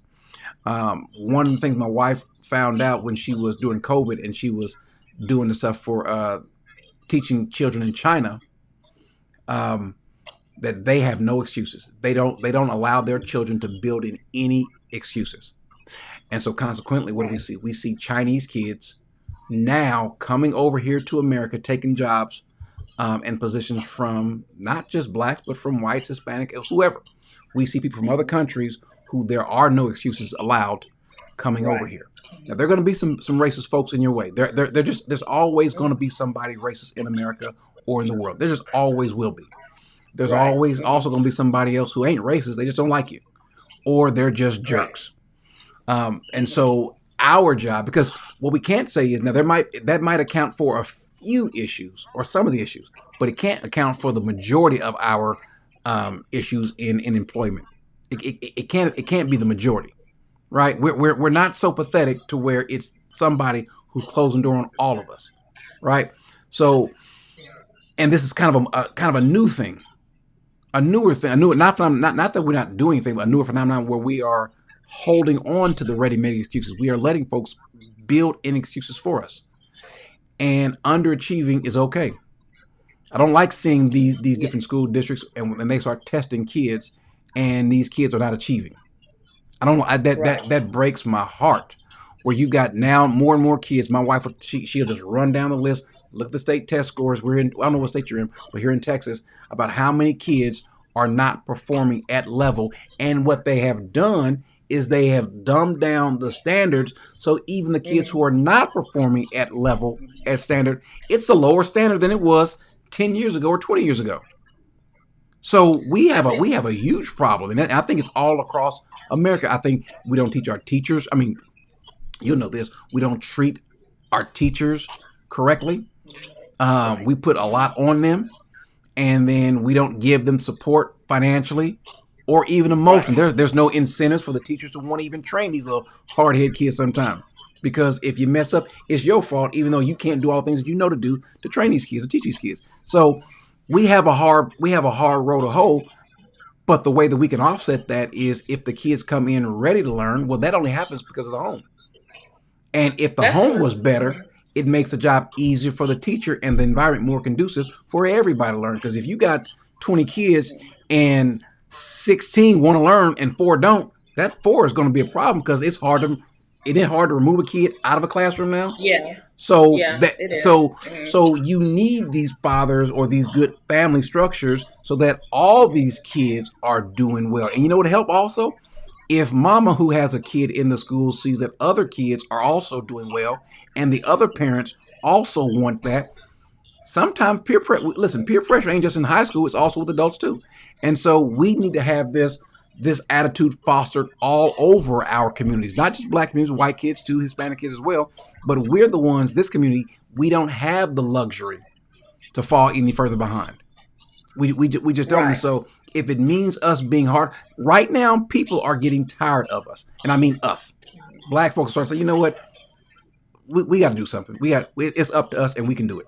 Because we've come from further back. We've come from harder situations than what if you think society is hard now, it's not as hard for black people as it was 40 years ago or 50 years ago or 70 or 80 years ago. So we can do it. Let's just do it. That's my whole point. Yeah, I would just want to make 2 other points about education. Go ahead. One thing about our black kids, when they're starting school, their language skills are not as high as like other ethnic groups because True. number one, parents read to them more. Maybe the white parents read to them more. Mhm. They talk to them more. They're more engaged with them. A lot of times, if you're in a single parent home, you're working. So a lot of times coming into school, they're already behind. They don't have the vocabulary or the language skills as, some of these other ethnic groups. I think that it's important that we have trained teachers in reading. Some of these teachers are not trained in phonics. They came from other, from other disciplines, other careers, and they throw them in a class and, hey, teach this child how to read. They don't know how to teach a child how to read. I had to get training on that. Mm-hmm. So there's a lot of other things other than the parents. Now that's part of it, but you got to look at the curriculum, the training of the teachers. Yeah. You have a teacher overloaded with a lot of students that, it's just a lot. It's a hard job. Let me say this. I'll let you to your other point, Mhm. but if you don't take the time, parents, to train your child now, you can just go visit them later in prison. But I remember when I was I got in second grade. In second grade, I got bad grades, and my mother thought that maybe he's just got a learning problem. Well, they used to give these IQ tests in school, and so they found out that Corey ain't dumb. He just lazy, Right. or he just being a goofball. And so I'm not gonna say I tested off the charts. I didn't. I'll just say I didn't test in the lower levels. So she said, no, you're gonna start doing your work, and you got to come sit beside me and read. The man told her, when they came in to talk about this test score, because she thought that I was in trouble. I still remember this. Your son scored well, but it's not commensurate with his. He didn't say that, but your son scored well, but it's not commensurate with his grades. So what's the problem? Right. I remember him telling her this. If he's not also reading, make him watch the news, evening news. She said, well, how's that going to help? Because they use words that he's not used to using. But he'll eventually start using those words because he's hearing those words. That's how we learn English. No, I learned how to speak not from phonics or anything like that, but I listen to my mom and daddy speak, right? And my brothers and Right. sisters. So make your kids read, and then make them listen to things other than something, like listen to the news. That really does expand their vocabulary and cause them to think. That's what we need, thinking people. So I'm sorry, that's but true. what was your other point? Well, no, I made all my points, but I just want to say one last thing. I do have some, I do feel sorry for Kurt and his family. I definitely feel like we're just in the last days. That's all I can say. Yeah. And that's the way I look at it, and it's horrible. I do feel I didn't agree with a lot of stuff he said, but I just feel like God's going to judge us all. We can't put people into heaven or say this person's going to go to heaven or not. I don't believe that we should do that. We should let God do the judging. Mm-hmm. But I had some issues with what he said about George Floyd. I don't feel that George Floyd died of drugs. I do feel like we saw Let me him ask you murdered this. in front of us, so I didn't agree with that. let me ask you this: as a person that grew up with drug dealers and folks in the street, my mama did drugs. My father sold drugs, and so I'm a sort of kind of almost before I moved in with my daddy out in the streets. Moved in with my daddy, was not in the streets, but then hanging around street dudes after that, and so I have a soft heart for the fools, as we call them, the street dudes. I really do. But I can also be strict on them as well. Do you think, though, that sometimes we tend to glorify the people who were out there, like the George Floyds, like the Michael Browns, those folks who were, none of them deserve to die? And I do believe, especially with George Floyd, that what happened to him, I think that was just gross. That was just gross. But then we turn around and lionize him. We make him something that he's not. He's not the example for our community. Do you think that we do that too much? To some respect, but I just think that the officers, they're there to protect everybody. I mean, poor, rich, they're there to protect everybody. So they shouldn't mistreat a certain segment of the population. No. What I'm saying is, other than athletes and entertainers, politicians, who do we tend to have promoted? It ain't the teachers. It's not the academics. It's the the guy that got shot because he was robbing something or whatever, and maybe he was done wrong.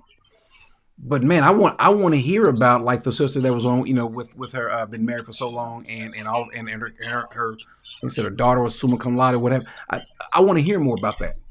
I want to hear about the black person that's achieving. We have one of our biggest issues is an image problem. We were having a conversation with a former judge who happened to be in prison. And the question was, why do judges give blacks stiffer penalties? Well, they really, truth be told, they really don't. If you have a criminal history record, and so if your criminal history is higher than this white person, then let's say if you're in the second category or third category and the other person in the first category, well, then you're going to get more. If this is your third time doing this, you get more time. That's just one thing.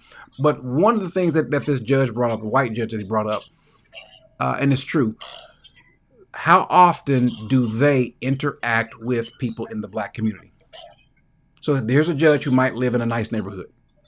So the income level is out of reach for the vast majority of people, much less blacks, right?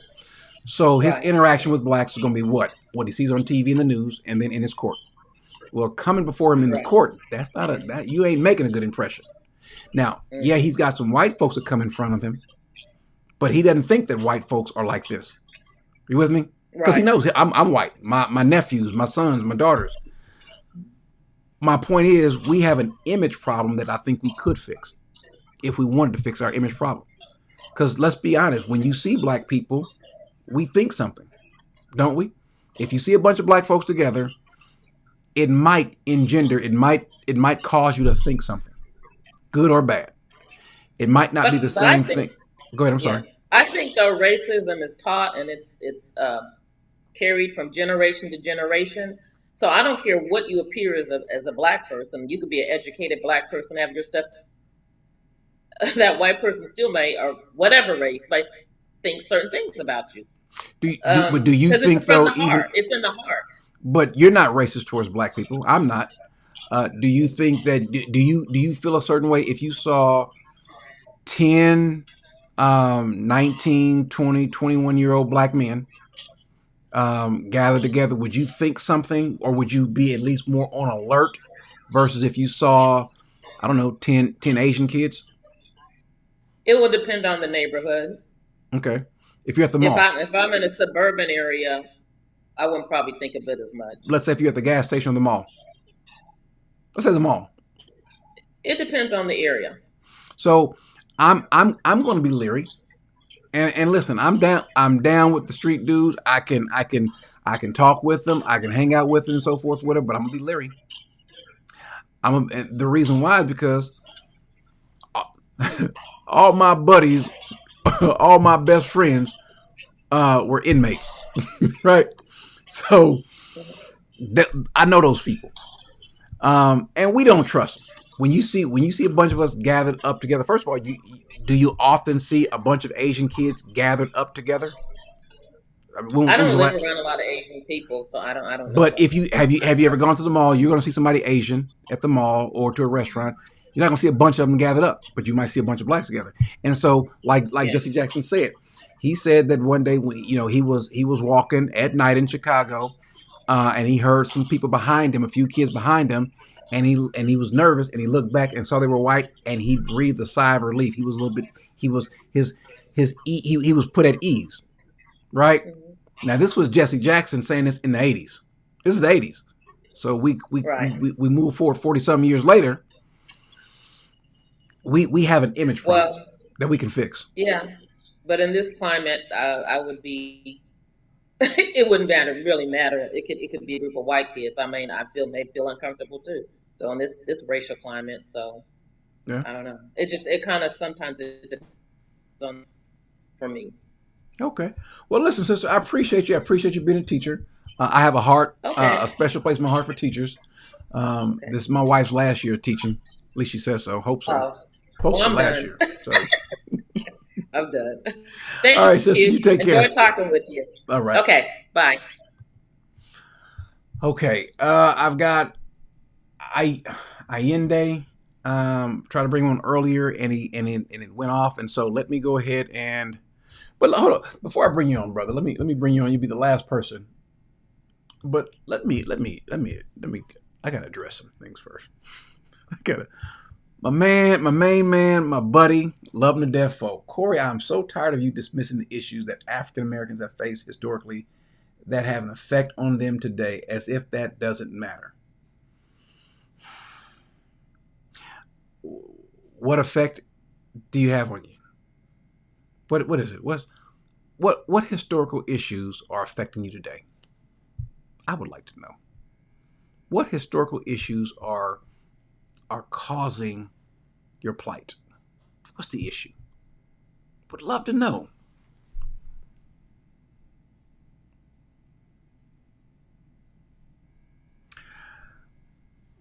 We were slaves. Okay. We were slaves. We had the end of slavery. We went through Reconstruction and Jim Crow. And then after all of that, morally, socially, did we not go downhill? When it was harder to be black, we seem to have thrived. We seem to do better. We seem to do like every other group of people in the history of the world, even amongst some of the worst conditions, we thrived.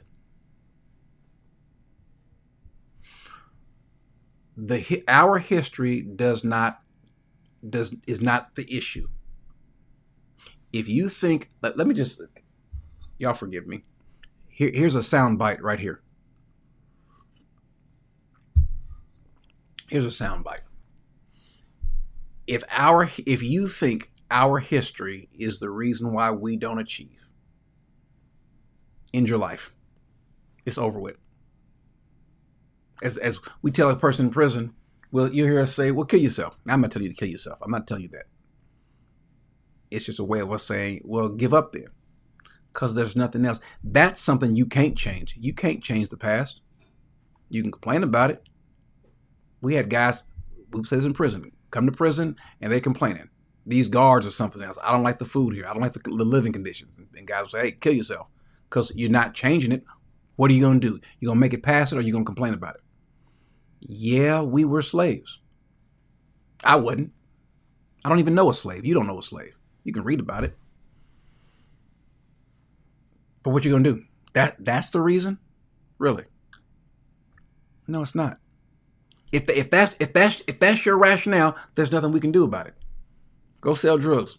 Pull your pants down and sag. Go make some more babies with somebody else.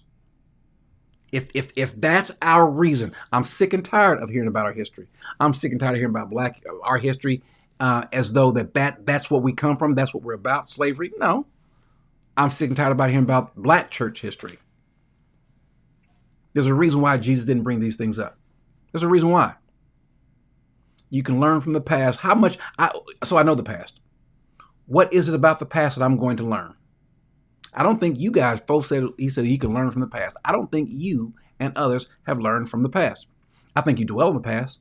I think you'd rather keep writing books about the past. I don't want to hear about all that, Andre. You should have hit that link and came on board. I love you too, brother. I love you too. Andre and I used to go to the same church. So, and you see, first of all, you see Andre's problem. Y'all see Andre's problem? Y'all see it. Look on the screen. Everybody sees Andre's problem. He got that Dallas Cowboy shirt on, so you know he gonna be hit and miss. But yeah, you can learn from the past. What can you learn from the past? You can learn that we were in a position and we came up out of that position. That's what you can learn. You can learn, listen, out of slavery, what did we do? We took the lumps and we moved forward. Not today. I really truly believe you think I'm wrong, Fo, if you can think I'm wrong. But I think that if those black folks in slavery, or those black folks who were released from slavery, or those black folks all the way through Reconstruction, or those black folks through Jim Crow, if they saw, let me ask a question. You know what? How about this? How about a quick poll? And y'all see the insult the man leveled at me. He says, "Are the Colts still in the NFL?" Last I checked, we won. Last I checked, y'all didn't. But let's put a poll up. How about this one last poll? And I'll take my last guess, and then we'll move on. But I just want to know what you guys think. Would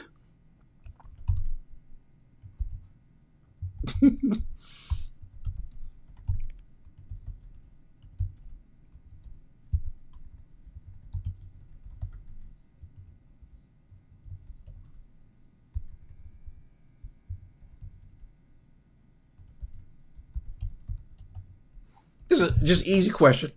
Take it how you want to take it. There's my poll for today. Would the blacks from the past be pleased with the blacks of today? By and large. Would Kunta Kinte, Kizzy, Chicken George, would they be pleased with the state of black people today? I just want to know. What do you guys think while I bring on my next guest? What do y'all, would they be pleased with us today? Would they, Mr. 400, listen to you with your air conditioning and you probably don't have an iPhone. You probably have an Android phone. With all the accoutrements you have today, would they listen to your? They wouldn't. You know what they would not do? They would not listen to your excuse. They would smack the living crap out of you if you brought that mess to them. If you told them about the past that they lived in and came out of, they wouldn't respect you. It's not a ridiculous question. You are living in the embodiment of what they dreamt about. They just wanted freedom and opportunity. You live that and you complain about it. And you point back to them, they would laugh at you. They would call you all sorts of names. They were literally cotton picking. They were sharecroppers. Even after slavery, having to walk on the other side, not look a white man in the eye. You think they would be pleased with you today? Or with us? You think they would go along with the excuses? I don't think so. Yeah, drug dealers. You think they would be okay? Do you think they would wonder why? They would ask us, why are you letting these other black folks sell drugs and beat their women and call them all? Do you think? Yeah, Timothy says why? Yeah, why is that a ridiculous question, Fo? You keep bringing up the past.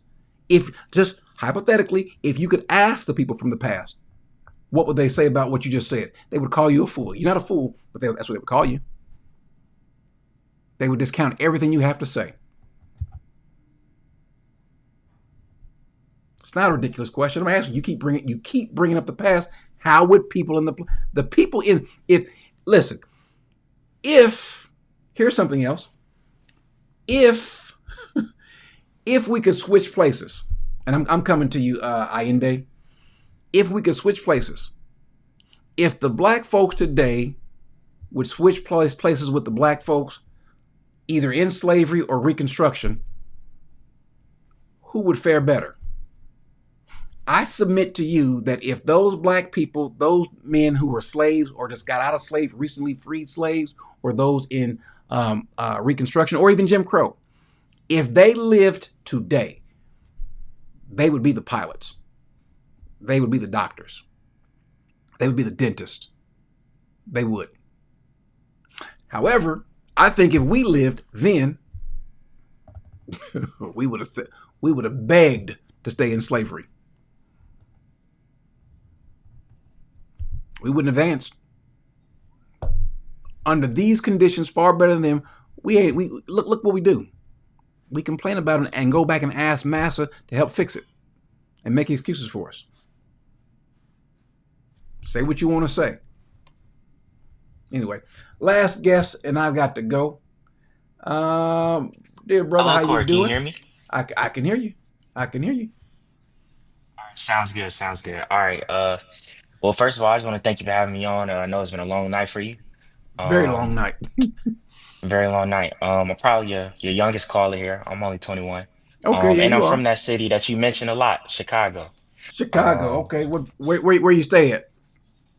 Morgan Park is one of the it's on the south side. So, Okay. well, I'll get back to my city in a minute. Mhm. But the first thing I want to say is, obviously prayers up to Charlie Kirk and his family.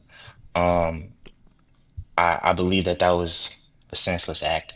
And as Christians, there should, like you said, there should be no but, even if we do disagree Mhm. on on ideologies. Now, moving past that, I would like to say that there's a difference between having a victim mentality and acknowledging the systematic inequalities that have been built upon generations and generations, which have built the society that we see today. Um, and and I'm actually, it's kind of a blessing in disguise that I lost connection earlier, because you mentioned a lot of things that I can spin back that I can speak to. Mhm. One, you talked about in the 1950s how our culture went down. That I would say to you is a lot of that has to do with poverty. When poverty comes in, um, it's human nature. You know, you do things you don't want to do. And what is that? Where did that poverty come from? Well, I think everybody should know what redlining is. When we were denied certain opportunities in certain neighborhoods, and that also, when I say denied opportunities, I mean denied the opportunity to have a house, to have home ownership. Um, and so that's generational wealth right there, and there are many other things. Mhm. And that's one of the main ones. And then just introduction of educational inequalities and things like that. Like, I won't drain on that, but that's just an acknowledgement of the past. Like you said, let's not harbor on the past, but that's an acknowledgement of why we are here right now. But that's not to say that you can't be successful. That's just to say that why things like DEI, which is not a bad thing, it's an opportunity cost. It's an opportunity. Um, and the reason why I really disagreed on the late Charlie Kirk on things like DEI is when he says that the 50%, the statement was, and I actually pulled it up. The statement was that they plan to train 50,000 50% of their clientele by 2030. They didn't say that they were going to hire. So then again, it's opening the opportunity and for us to get in the door. And ultimately, if we take advantage of that opportunity, that's up to us and our ability. I hope I was concise with that. There you were. So let me ask you a question. You spoke about past inequalities such as redlining. Do you? Yes, sir. So, are you seeing redlining happening now? Uh, Not personally, but I can say that I can see the results of redlining. My city is actually a great example. I don't believe that you can draw a line in my city, and any statistic that you want to pull up, heart disease, uh, wealth, education level, as in high school, college, post grad, and things like that. You could draw a line in my city, and where you draw that line, you will see significantly different outcomes. And I don't think that should ever be a thing. That's not an individual thing. Something like that only occurs when it's systematic and done intentionally.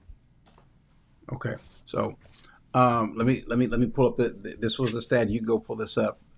April 2021, Yes, United sir. Airlines announced a goal to have at least 50% of the 5,000 pilots it plans to train Mm-hmm. over the next decade.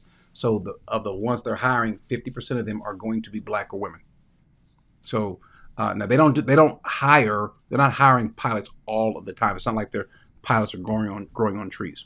So I want to hit that. So it was correct to say that they wanted 50% of their hires to be black or women. Now, because to train them, you got to hire them.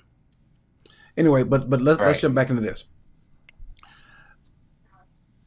Redlining or any other systemic racist things in the past, as bad as they are not the reasons for why we see what we see now. For example, what we see in Chicago is not because of redlining. As a matter of fact, we've heard this term gentrification. White folks coming in the neighborhood and buying up everything and then changing the culture and building it up. First of all, I don't know why that's a bad thing, because who they're buying it from. What was happening, you had some blacks that owned some property and then would sell the property rather than building the property up themselves. I mean, I see it here in the area that I live in Dallas, where there's some people that own their property and they sell it to whomever, and the person whomever that comes in, they want to fix it up. That's a good thing. If you happen to be black and live in an area that is being gentrified, well, then that means what you own is also growing in value. But that still has no bearing on your success one way or the other. What the biggest bearer of your success is going to be what you do, the education or the credibility that you bring to any potential employer, or your ability to start your own business. Most wealthy people in America are first generational. Most millionaires, I should say, are first generational millionaires, meaning that they didn't inherit it. But does it help if when you start off, there's money to help you go to school? When grandpa passed away, the church didn't have to pay for him to be buried, but he had life insurance or he had property to hand down. Does that help? Sure, that helps. That absolutely helps. But when did that stop being an issue? I would go back to the 60s. You know why? Because if my parents didn't have, they weren't handed money down. They didn't. And when grandmama and granddaddy died, we were able to bury them, but we didn't have much left over. So there was no generational wealth passed down. However, what stopped them from having insurance? What stopped them from taking advantage of the different programs or education? What stopped them from leaving an inheritance for us? Nothing. I mean, life insurance was around. They could have gotten life insurance. Tend not to. Or maybe just gotten a burial plan, just something to make sure we can bury them. Because we still, for whatever reason, don't think generationally. Now, my previous life, I was a financial planner. And I remember having this conversation, and I would even have a program I watched your testimony called Blacks in Investing. And I remember having a conversation with the people. I said, listen, black folks, you have no excuse for not investing and having wealth. None whatsoever. Well, we don't have that kind of money. And I said, well, and this was around 2000. And I said, what if you could have put aside $25 a week? Could you invest then? Because maybe you don't have $10,000 or $5,000 to invest right now. Maybe you don't have that. But what if you did this? What if you put away $25 a week? Could you do that? Sure, you can do that. Well, how could you just put it right there? How could you? What could that go for? Well, think that's $100 a month. That's not getting rims. That's not going out and buying every kind of clothes you got. There's a place in Dallas, over in Fair Park, that we drove by and took pictures of it. These little rundown homes, and at the top of these homes, do you know what we saw on the top of every last one of those homes? DirecTV satellites. So they're poor, but they had cable, they had satellite. That money that you're paying that cable bill, what is that? That's an investment. those rims, that new car, that's potential retirement right there. You get that tax return and you want to go get you a new car, new TV, or what have you. That's money that could have been invested. And so I asked the people, if you would put aside $25 a week for 10 years, and I said in a company like Walmart at that time, what would that have been? $25 a week for 10 years. They would have had $50,000. So I said, now what if you did it 20 years ago? And they would always come back with the same answer. $25 a week for 10 years is $50,000. So that means $25 a week for 20 years, double the amount of time. Will that be $100,000? I said, nope, it would not be. It would be $1 million. That's the way, because you would be buying stocks on a dip. If dividends were to pay, you would take that dividend, reinvest the dividend, things like that, things that we don't talk about. There's nothing stopping black folks from investing. Nothing stopping poor folks from investing. But we don't do that. What would have happened if your parents would have been serious investors 20 years ago? You don't have to be rich to invest. We'd be far better off, but we don't do that. It has nothing to do with the white man, because Wall Street could care less about what color the person is. It's just, does the check clear to buy this stock, to buy these bonds, to buy these funds, whatever it is. And we can do financial planning. The things that we could take care of. So you're talking about generational wealth right now. If your people your parents' age were to die, they don't have the ability to pass along a lot of wealth to their kids. Most of them don't even have adequate insurance. So whose fault is that? So when these people that are in their 50s and 60s right now die, and they can't pass anything along, is that the white man's fault? No, it's still their fault. Because some of these folks have decent jobs. But you get a black person with a decent job, what is he doing? He's driving his job. He's driving that Lexus. Or that Mercedes. Why? Corey, I don't disagree with you. I would like to say that I can concede that in our culture, we do have a problem with, I don't mean to bring him up, but as Mr. West would say, Kanye, spending before we got it. And we do have a problem in our culture with glorification of non-holy things, we do. rap and things of that nature. However, I would like to say that ultimately, no, I honestly do hear what you're saying. I really do. So I don't want to dismiss it, but I want to say it comes down to what you see and what you know, and what is ultimately taught down. And of course, you will always have a responsibility to yourself to learn and to teach yourself. But I think that you cannot do what you, just as it says in Romans, if they do not hear, how are you know?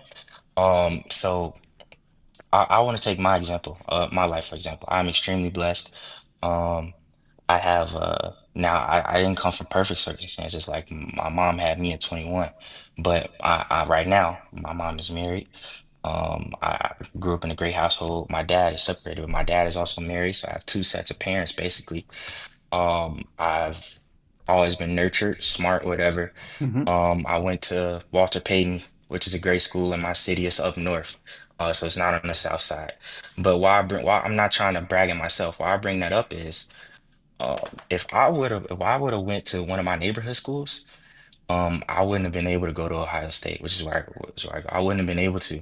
I wouldn't have been able to even see the opportunity. Like there's so many things that I experienced in my high school, so many opportunities that were granted to me because I went to that high school top in the nation that I would have never been able to see if my mom didn't push me to test well, to test into that school, because it just was never around me. And so I'm not fully, because I believe we all have responsibility to ourselves. I'm not fully taking the onus off of the parent to teach the kid, and then the kid, once they turn into an adult, to teach themselves. However, I am saying that it is a lot more difficult to dig a path if you've never had a gardener teach you how to dig. And that's what I want to say to that. But I will say that yes, we definitely do have a problem in our culture. But I'll say this. Somebody yeah. said go Buckeyes. No, we don't like Ohio State. I'm not. Oh wait, yeah, we just won. I'm kidding. But I'll say this. Listen, your parents are proof that all the excuses are just that. They made sure, hey, he's going to get an education. He's going to be protected. You are a well-spoken young man. And I'm so proud. I'm proud of you. I'm proud of your parents. I'm proud of what they're doing with you. I'm proud of your direction. Let me say this, because it's going to be easy to get in leagues with people that are going to detract you from what you're trying to do, and they want to put a bug in your ear. This person, if they can get you to look off to someone else, this person's a problem, that person's a problem. You have it in yourself to be everything you want to be. Don't let nobody ever tell you differently. Anyone, and if someone goes to a school, to let's say the school is not the same, let's say the Walter Payton school, is that their school is a little bit less of a standard, get A's there. Get A's in that school. And then because if you get all A's in, let's say, I don't know, what's a low performing school in Chicago in your area? Hearst. Okay, so let's say you get all A's there. People that get all A's there, do they go to college? Sure, they can go to college. Especially in most states, you can go at least to the state school because you got all A's.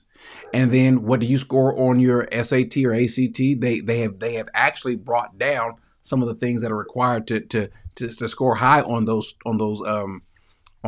tests. So you still have it in you, even if you have a below performing school, you can still perform well. Matter of fact, outperform everybody else.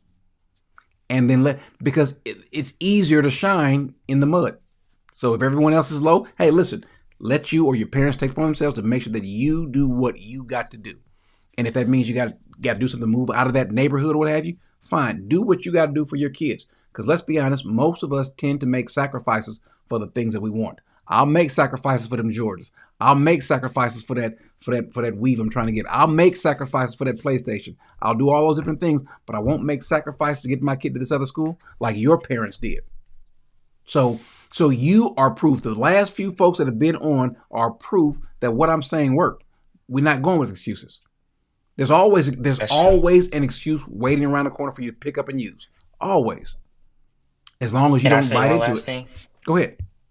I just want to say, don't be disencouraged, because I think that the social media works both ways, and I think that people can be influenced in ways they don't even understand. Mm-hmm. I think a lot of people think that Gen Z is lost and that Gen Z is going in the wrong direction. But I would like to challenge that, especially me in my school at Ohio State. I don't know if you saw, but recently we just had a revival, which this is the second annual. This is the second annual. I saw that. Led by our players. And I'm in a Bible study right now. And me and my friends have made it from the ground up, and there are tons of it, but it's special just because we did it. But this is the second annual led by our players, which I think is special. And so I would say don't be disencouraged. Gen Z is not lost. I think that there is a revival in our generation. And also, if you look at like statistics, like crime and all that stuff is down in our generation. And so how do you pronounce your name? You act the first time you said it was wrong, but that's all right. But the second time when you got it right, it's Allende. Allende. Okay, so Allende, you are an encouragement. Now I believe, especially when we see more kids like yourself, more young folks like yourself. I don't think Gen Z or the next one is lost. I don't. I don't like us promoting that. I don't like us promoting the negativity, the bad things. I don't like that big. I want people seeing more of you. I want people seeing more of the achievers, because I want folks to know that that's possible. Here you are, a young man from South Side of Chicago, but you are at Ohio State, and you're going to be somebody because you love the Lord. So I want to see more of that. I know we've got more of that. And so you are not an excuse maker, nor are you an excuse taker. So you guys are proving my doggone point. Except for the fact that you went to Ohio State instead of Indiana or Purdue or Texas Tech. But I'm just messing with you though. I'm just messing with you though, brother. Didn't y'all whooped us last year, didn't you? No, did we play Ohio State last year? Indiana, definitely. We played y'all, and it wasn't pretty for y'all. Wasn't pretty. That's okay though. That's all right though. I can't stand Ohio State. I really can't. But All right, brother. Listen, I'm gonna go ahead and go because I got to get off here. My wife brought my food. I'm starving. I got to do my studying. So, All right. brother, you Thank you take for care. having me on, and thank you for spinning back to me. Oh, no problem. No problem. Make sure you come back again. Yes, sir. Have a good one. All right, ladies and gentlemen, I've got to run.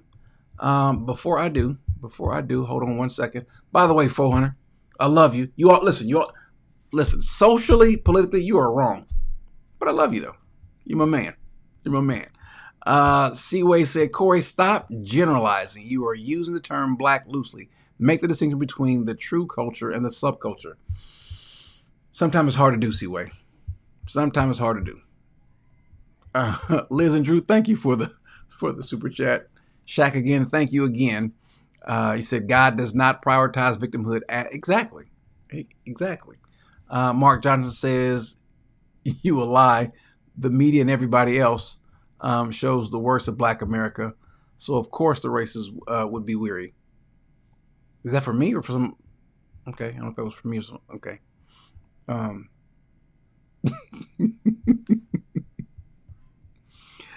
History and morality is a unifying force stronger than this is Seaway, stronger than skin color, and we are ignorant of them both. Let me say this, ladies and gentlemen. Be more connected with your brothers and sisters in Christ. I would much rather hang out with white believers or Hispanic believers than black non-believers any day of the week. It's not, without question. I would much rather be around my white and any brother and sister in Christ than someone who's not. Amen. So now, I want you all to do me a favor. You can disagree with me, everything that I said. But don't let the reason why you throw out a brother or sister is over something political, something social. Your knee-jerk response, this knee-jerk response to Charlie Kirk had everything to do with politics and race and not his faith in Christ. This was a brother who spoke highly of the Lord. Was he lying? I don't know. I'm not in his heart or his bedroom to know if he's lying. But he spoke highly of the Lord. And I think you should all respect that. I think that anytime that you hear someone that's out publicly, by the way, can I just say this? People who stand for the Lord are going to lose their lives more and more. And I'm not saying that's why he died. I think he died not because he was a Christian. I think he died because of his political views. But don't think that they won't try to take you out or do something to you because of your biblical views. That's going to happen. Jesus tells us that. It's going to get worse and worse and worse. But Paul says, fulfill your ministry, do the work of an evangelist. Be leery, be alert. Our enemy is around prowling like a roaring lion, seeking us to devour. Be strong. Be faithful. Be together with your brothers and sisters. If you criticize your brothers and sisters, fine, no problem. I'll take criticism. You're going to get some criticism. Amen. But let's just be godly in how we deal with everything. All right? All right. Love you guys. In the meantime, somebody said he's handsome too.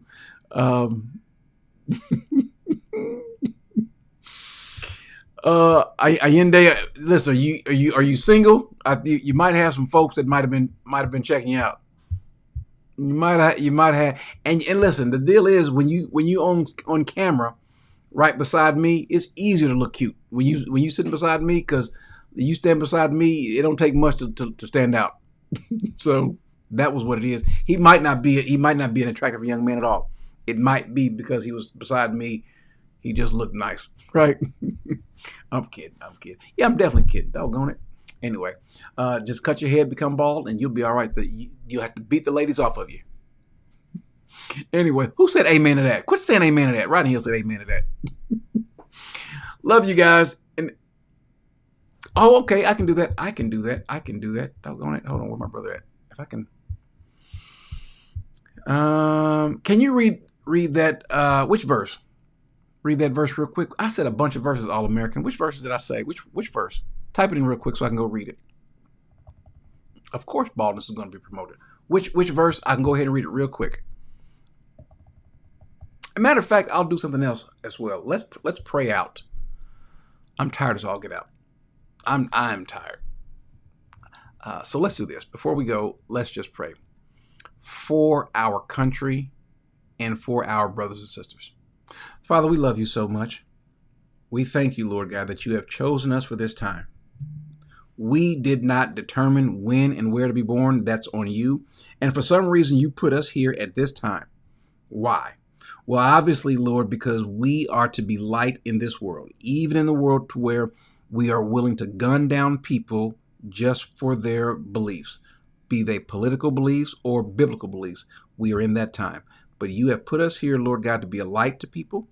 And we may not have the same sort of stage or platform to speak to a bunch of people all at once, but we've got the ability to be influential to someone in our homes, to someone on our jobs, to those that we walk around and confront either at church or in the grocery store.